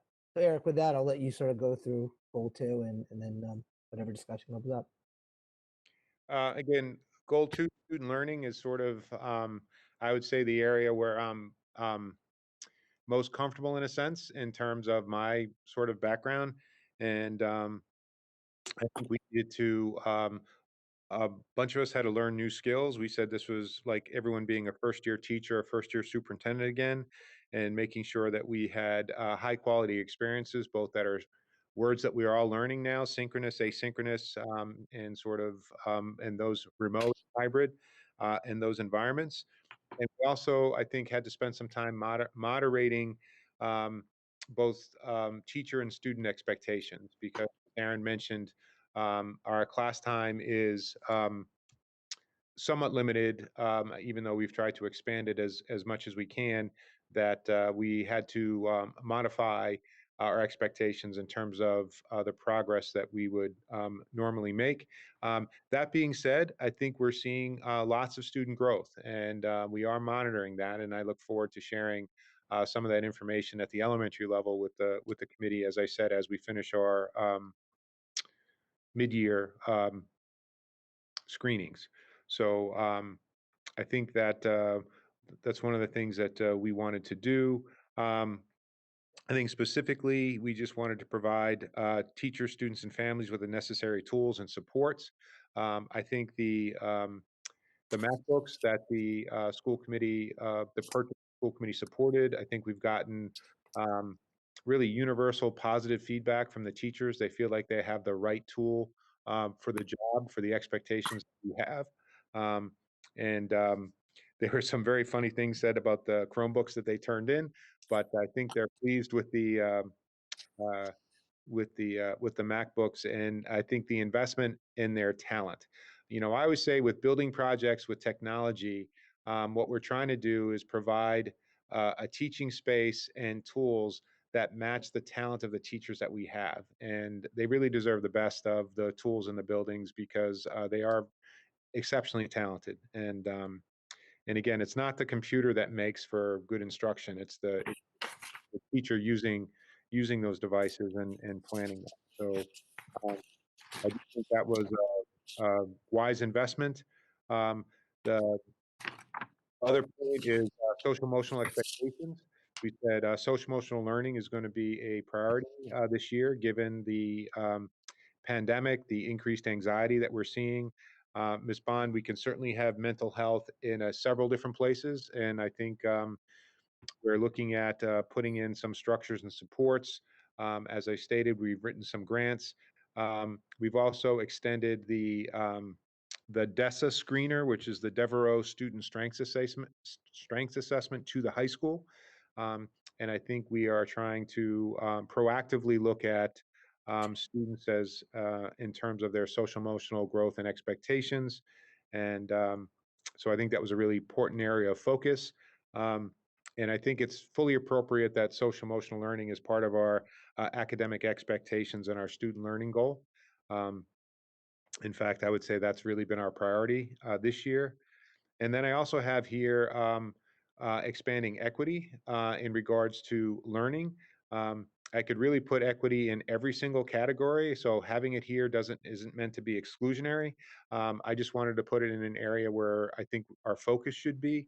So really work with district community stakeholders on expanding district efforts in the area of diversity, equity, and inclusion. I think a part of that was to hire a director of English language learners, which again, school committee supported earlier in the year. We're in the process of hiring a director of diversity, equity, inclusion. Again, so that is in process, as you heard this evening.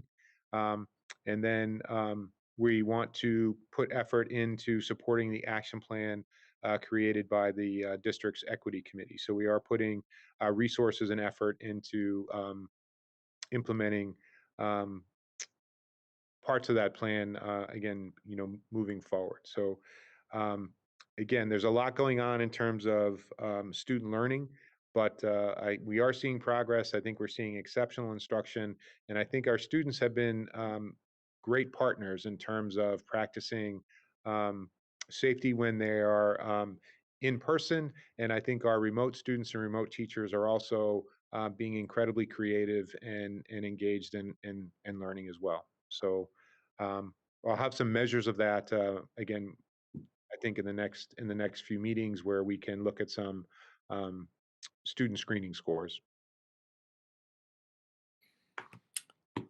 Anyone have comments or questions?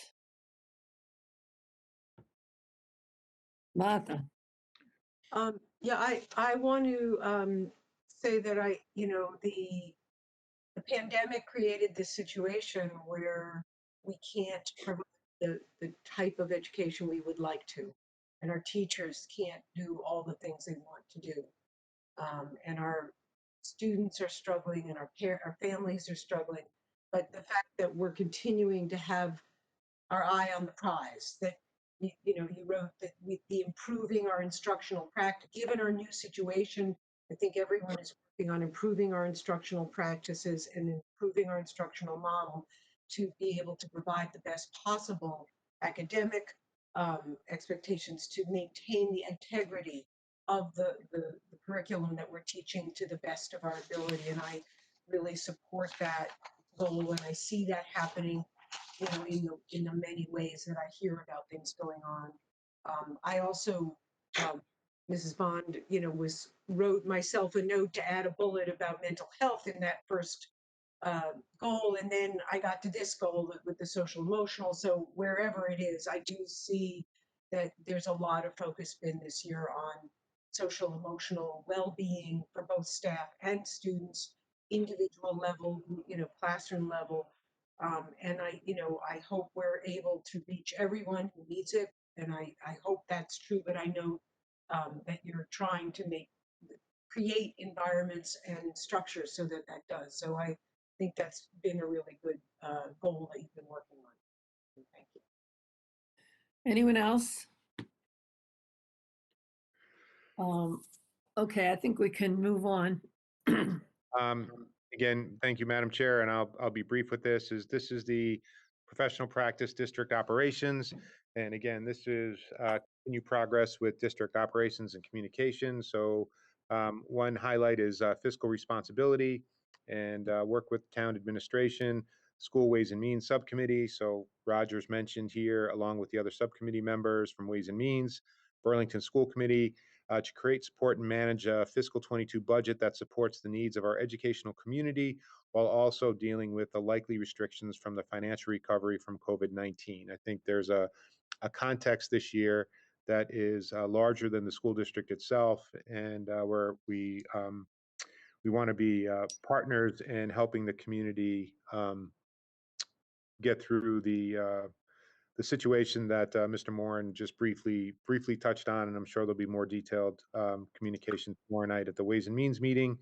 And then also we have negotiations with the Burlington Educators Association and any other unions whose contracts are expiring on June 30th. So again, we're going to be dedicating some time to do that, and I think I think this contract will be important for several reasons. I think it's important because every contract's important but I think it'll be also an opportunity for the school committee to convey to the BEA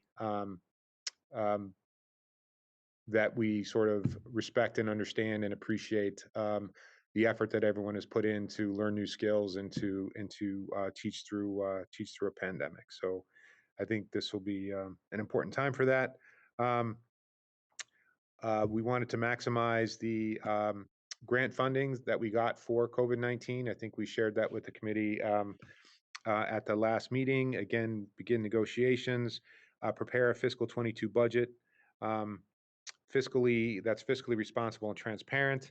We want to continue to work with the MSBA on our Fox Hill Statement of Interest. Again, we have a meeting with MSBA tomorrow regarding Fox Hill, and we're going to continue work on the high school HVAC system upgrades. So I think those are all ongoing projects. And then the sixth bullet is just about maintaining regular and effective communication. And again, we'll try to continue to do weekly updates with Patrick on Friday, which we share with the committee. Again, the production value is terrible, and I should probably stick to radio, but we're trying to do the best we can. And I do maintain a working group with parents and staff in terms of just communicating and listening to their student experience and the teacher experience. That happens every week. We try to have regular COVID updates with the school committee, again, at these meetings and then weekly. And then I've been doing a monthly superintendent's update on BCAT with Rich Hosford. So again, we're trying to communicate as best we can. Communication is one of those funny things where I'm not sure you can ever do it enough, but we're certainly trying to not only communicate more, but more effectively. And I think we'll be talking about that when this agenda item concludes in terms of how we're looking to enhance our communication as well moving forward. So. Okay, Darren, you have any more for us? Well, I was just going to say, well, I do have some stuff that I'll add, but why don't we get any comments that if any of the school, I saw Martha raised her hand. So if there's any more comments on this last goal, Okay. I'll let you do that before I sort of wrap up. Just briefly, I don't know if we're allowed to kind of add to this. I guess we suggested adding the mental health thing. Under number 5, I would, on the 5th bullet, where it says we'll continue to work on the VHS HVAC system upgrade, I'd like that to say the HVAC system upgrade / renovation, because I believe we need more than just an HVAC system upgrade, and I'd like that to be clear. Can we add that? I can. And then also on number 6, you mentioned parents and staff and community working groups, but you didn't write staff in there. And I think if you're, have those ongoing groups, we should include that in that book. Okay. Thank you. All right, anyone else? Back to Darren. So basically, I think the way that I would recommend that the school committee members think about this is, when you look at the form that that you'll be doing in May or June, each one of these goals is going to be on that form, and you're going to be look to evaluate it. And this is a living, breathing, evaluation system. And so, if you do have feedback for Eric on any of these goals between now and May and June, absolutely give that to him. And if you want to email it to him, and if you want to copy me so I could keep track, that's fine too. But I think it's important, these goals are living and they're flexible, and the world is changing so much on a weekly basis that things that may not be important today might be critical in 2 weeks. So certainly feel free to give Eric that feedback, and you eventually will be giving him an evaluation on the progress he's made on each one of these goals and sub goals. Any other questions for Eric, myself? Anyone? I don't think so, Darren. Unless Carl or Catherine have questions, I think the rest of us have done this a few times, so. Madam Chair, just again, I don't want to interrupt if someone has questions, but the two last things that sort of have been evolving, just because I needed to get scheduling confirmed, are connected to my goal sheet. So Go ahead. just under the student learning, where we talked about supporting the action plan created by the district's equity committee. One of the goals of the equity committee was to have everyone in the district trained in terms of some equity training. And I was able to get some dates and schedule a training for school committee members. I think I emailed that to you over the weekend. We have 3 evenings on February 24th, March 3rd, and March 10th. We have a facilitator in Khalees Warnham, who's done some work with the administration in the district, and she's a wonderful presenter. And so I'm like to support again my goals and have the committee model the equity training that we're asking all the other staff to go through. And Darren, my understanding, I'm putting you on the spot, but I think we've already had this conversation. This does not have to be a public meeting because there won't be any deliberation. This will just be essentially a professional development conversation with the committee, Patrick and myself. I just want to double check that and put you on the spot.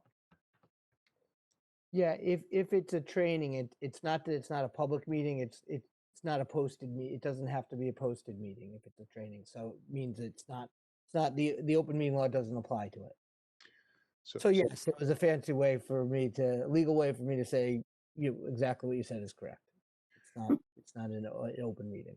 So the committee will be getting, again, more information in the coming weeks, an agenda, and again, having participated in some of this, it's very compelling training. I think the time goes very quickly, and I think it would be a very good experience. And honestly, one of the dynamics of the committee that's been a challenge this year is not meeting in person.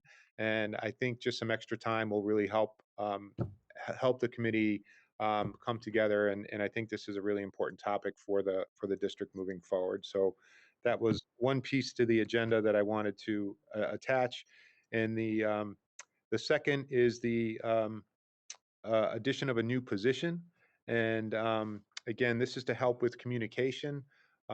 We are trying to communicate with in as many ways as we can, but we wanted to bring on someone to help communicate with our parents, especially our ELL parents, and some of our other parents. So Patrick, are you still on the call? Yes. You mind talking through some of the ideas that we had and the resources that we want to use, because this is going to be connected to really equity of communication, are the funding that town meeting gave to the school district for fiscal 21. We still have those dollars, and we'd like to spend some of those dollars supporting some of our communication with families who may not be as facile with the district emails or everything else that we're doing. So Patrick, I'll maybe let you talk about some of what you're thinking too. Yes, thank you. So yeah, we have a tentative title as a homeschool cultural liaison. We continue to hear anecdotal evidence of not getting in touch with families about certain topics. So again, a few years ago we used some of our Title III funds to have a parent liaison. This position, we're looking for somebody to do more than just do outreach and maybe serve as an interpreter. We're looking for somebody like to do a little bit more high-level communication, collaborating with all staff, and maybe supporting outreach to certain families, to facilitate engagement, to support professional development that could help staff improve connections with different groups, different families in the community, to again kind of take a look at our culture-based resources, curriculum documents, and maybe just, kind of give some initial look at where we are and where some areas of need might be. Again, there could be some surveying involved. And again, we have sources of data that we can certainly look at, whether it's standardized testing scores and looking at how some marginalized groups may have performed, and again, how we can address those scores to support improvement. So again, we have a short list of kind of focused items that would probably be over the remainder of the year that this individual could potentially support us on. And the other thing is, whether it's the work of the equity group or this position that we're looking to add, is, what are we doing to kind of set the groundwork for a director of equity and inclusion? Like, we're not sitting idly by. We're trying to continue to do work that's going to help this individual hit the ground running and not come into a district where they think, we've been sitting by idly and not paying attention to some of these details and just waiting for somebody to come in and solve these problems for us. And again, I just want to stress that the funding for this was provided and already encumbered in this year's operating budget at the September town meeting. So this is not going to impact any other position or any other program. If we hire a DE director of equity and inclusion, diversity, equity, inclusion, excuse me, full time, and that person can start prior to the end of the fiscal year, we should have enough money to also to bring that person on. So again, this is spending the money that we were asked to spend and to focus on some of the issues. I do think it was prescient that the language that was adopted at town meeting was flexible enough to allow, as Patrick said, us to have some support of these families moving forward. So we're hoping to solve some problems, and again, we'll hopefully it'll be effective. So we'll see how it works. As Darren said, this is a living document. We're trying to make sure that we are meeting our goals, and so we wanted to again move forward with this position, funded with the dollars that were provided at September's town meeting. I would expect some discussion on this. Who's first? That's interesting. My understanding, Eric, was that the money was allocated for only one thing, and that it was the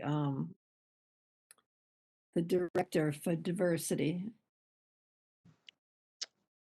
Again, I went back and looked at the warrant. I think we can use it to support equity and diversity issues in the district, and so that's what we're going to do, and we're going to try to do that in a more timely way. And I think that was the intention of the vote at town meeting. So we're going to try to help again move these issues on. We may not finish the hiring process until March or April. So and if someone's under contract in another district, they may not be able to leave that contract until July 1. So we're really trying to be proactive. Mrs. Monaco, is what we're trying to do. But this is an additional position, correct? It is an additional position. It's not the director of diversity, equity, inclusion. It's someone to help us do some, again, as Patrick said, communicate with some of the families who we're not reaching, for us to look at some of the data and do some data analysis, and to help sort of us transition to the director of equity and inclusion position. And you feel comfortable in supporting it in the next year's budget, even though it's a very tight budget? As Patrick said, I think we feel comfortable looking for resources to support the position. There might be other positions that open up. I think we're going to see lots of movement before next year's budget is settled. We do have some title money, some grant money, some entitlement money to help support this position. And I guess, Mrs. Monaco, I would look at it as interim in the form that we are looking at it now. and then we'll make the determination as to whether we'll continue it in fiscal 22 based on how fiscal 22 ends up coming together, and whether we find this position effective or not. And you're going to have a vote of the committee to approve this position? I think I would find that helpful. Yes. Tom?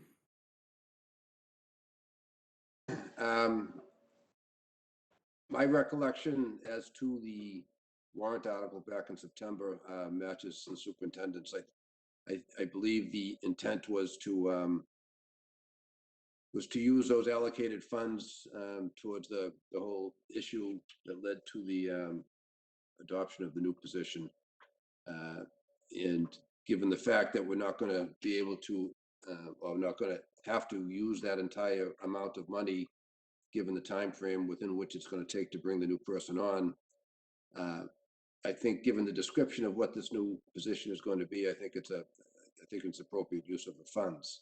Having said that, I will be interested to get some sort of a report at the end of this school year to see what effect the new position had, how things went, because I would agree with the chair that we got a tough fiscal year coming up, and we're going to be finding out the details of that over these next few weeks. And I would be reluctant to put new positions into the budget, or even certainly not at this early stage committing to put a new position in the budget without being strongly convinced that it's effective and a useful position, because I think there's going to be more than one vacant areas that need attention this year, and we're not going to be able to address them all given the finances. So I would support the temporary hire as described. I will reserve judgment on supporting the position into next year's budget, depending on the feedback that we get as we move forward. I think that's very fair, Mr. Murphy. Thank you. I look forward to that conversation. Anyone else have a comment? Martha? Yeah, I do support this interim position. Thinking of it as an interim position, it's been, the hiring process is taking several months, which is perfectly logical and appropriate, but we're all kind of waiting on this stuff. And I think there's a lot of things that people in the district are moving forward on regardless. But if there are things that we can begin to work on, and I haven't heard about the details yet, but just from what Patrick said, I mean, someone who can start looking at the data is useful, because right now I don't think anyone, or only individual little departments might be. For someone who can begin doing that communication with families who've been difficult to figure out how to connect with. And perhaps in the way Patrick described it, it's not just that this person would do the reaching out and the translating, but it would be someone, if I understood you correctly, who would work with our staff and help them start that connection. And once, maybe that's something that our guidance staff or our other staff would then be able to continue, because they had somebody with a certain skill set who was able to do the outreach or make that connection. So I'm very excited to hear about this, and I'm very much in support of it. In terms of next year's budget, obviously we have to look at next year's budget, but for now, I think this is great. Anyone, Carl or Catherine, have any comment?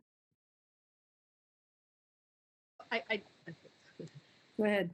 No, it's just when I read it initially, it looked as if the person you're interested in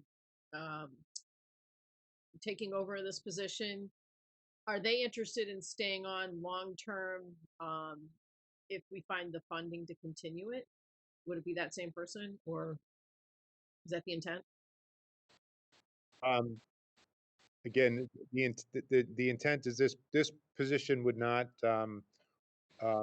connect with the director of diversity, equity, inclusion. They would be separate. Right. If we looked at this, if the work that was done and found it, as Mr. Murphy said, to be really valuable and effective, we would certainly look to continue it. It may also be that this skill set, if we have an opening, could be applied to another job in the district that already exists in a position that we need to fill. So again, we're sort of looking at this as an interim. We have an immediate need, and we'd just like to post and try to fill that immediate need, and then reevaluate this at the end of the year, and to see if it's worth continuing, or potentially if we someone who has done this work for us wants to continue in another capacity in a job, then I think that would be valuable for us as well. In the same way that we have at the elementary level, when we hire an IA or a literacy tutor, many of those folks become candidates for our teaching jobs when they open up, because we've familiarized ourselves with them. They know our curriculum. So again, we think there may be opportunities beyond this. Again, if the work, if we feel like we can't support the position moving forward. Just a real technical piece to this, but when you see the monthly financial statements and you see the balance at the on the operating budget, we spoke to Nicole today. Nicole's already encumbered the $81,000 from town meeting, so it wouldn't even affect the bottom line on the monthly statement. So you wouldn't see, if we were to hire someone, you wouldn't see a that wouldn't impact the bottom line of our operating budget. Does anyone else have any comments besides me? Because I have a couple. Okay, Eric, the sense I'm getting from this discussion is that you feel comfortable using the money that was allocated at the September town meeting. Since I was actively involved in that town meeting, I have to be honest with you, I'm frankly very uncomfortable with it. And I would like to see the wording of the warrant after it was amended, however many times it was amended. I absolutely believe that the position is needed and is valuable, and I don't have a problem with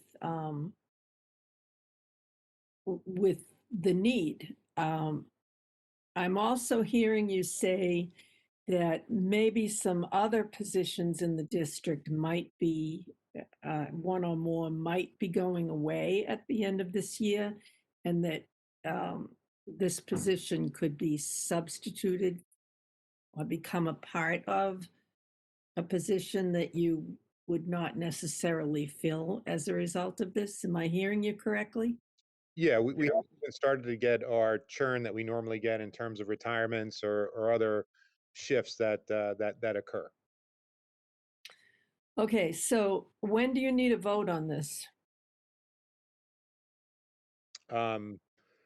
Well, again, I was I was hoping sooner rather than later, but if we need more time, then I would say at our next meeting would be fine if you want to review the warrant language. I did check with Nicole prior to the meeting, and again, she felt like the warrant language, like Mr. Murphy, would allow us to move forward and spend the money to support our efforts in this area. All right, I don't really want to hold you up. I just have, when we had that whole discussion at town meeting, I was really on the spot because I had taken the position that we should wait until we could fund the position with the budget. And the amendments were on the name of the position, and that didn't fly. It stayed as a director. And to add the funding to our budget so that it would carry forward. I think that the rest of the committee should decide if they want to vote tonight, and because I seem to be the only one with a problem. So let me just ask. It seems like Tom and Martha are willing to vote tonight. Am I correct? What about Carl and Catherine? Do you guys want to vote tonight? If you're willing to vote tonight, I'll take the vote.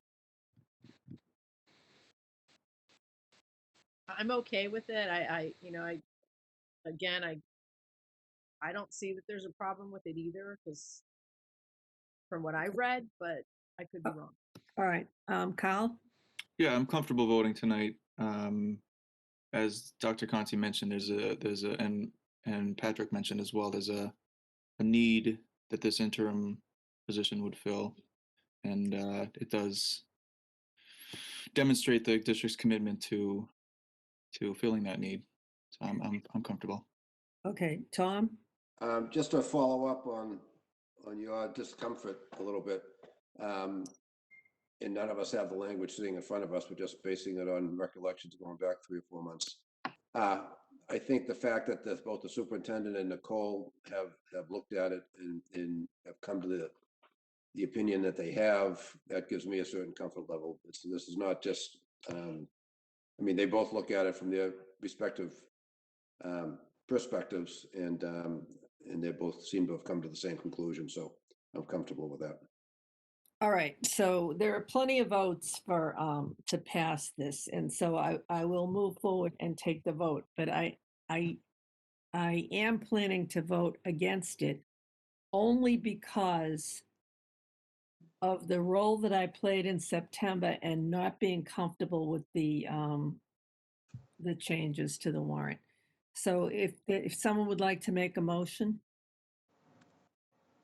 Martha, I will make a motion to approve Dr. Conti's request for us to fill an interim position as mentioned earlier. Correct? The right language?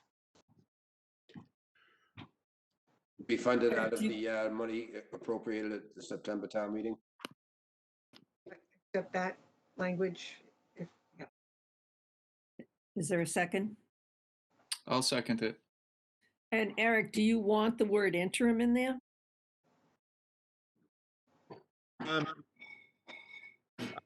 Let me see how the posting works. Again, I can add it and I'll have that conversation with the people that we bring in. I don't think it needs to be in the motion. All right, Martha, do you want to take the word interim out of the motion? Yes. However Eric wants it is fine. All right, so it's been moved and seconded to approve this new position, which I have to say I believe in, and I know we need it. I am just really uncomfortable with the funding. So if there's no other discussion, we'll put the motion to a vote. Ms. Simon? Aye. Mr. Murphy? Aye. Mrs. Bond? Aye. Mr. Foss? Aye. Chairman votes no. So that's 4-1. Thank you, and I look forward, Madam Chair, I will make sure that we demonstrate the appropriateness of this position and the efficacy of this position moving forward. So thank you for your support. I know things are changing quickly, and we typically don't add positions at this time in the year unless there's a situation that warrants it. So I do appreciate it. So thank you. Madam Chair, we have need for a brief executive session, and I think Sharon gave you the reasoning and the language for that. She did. So I'm going to we have- sign off. Good evening, everybody, and enjoy the rest of your meeting. Nice to see you, Darren. Thank you, Darren. Good night, everyone. Good night. So we have need for executive session, which is a separate call that Terry sent out this morning for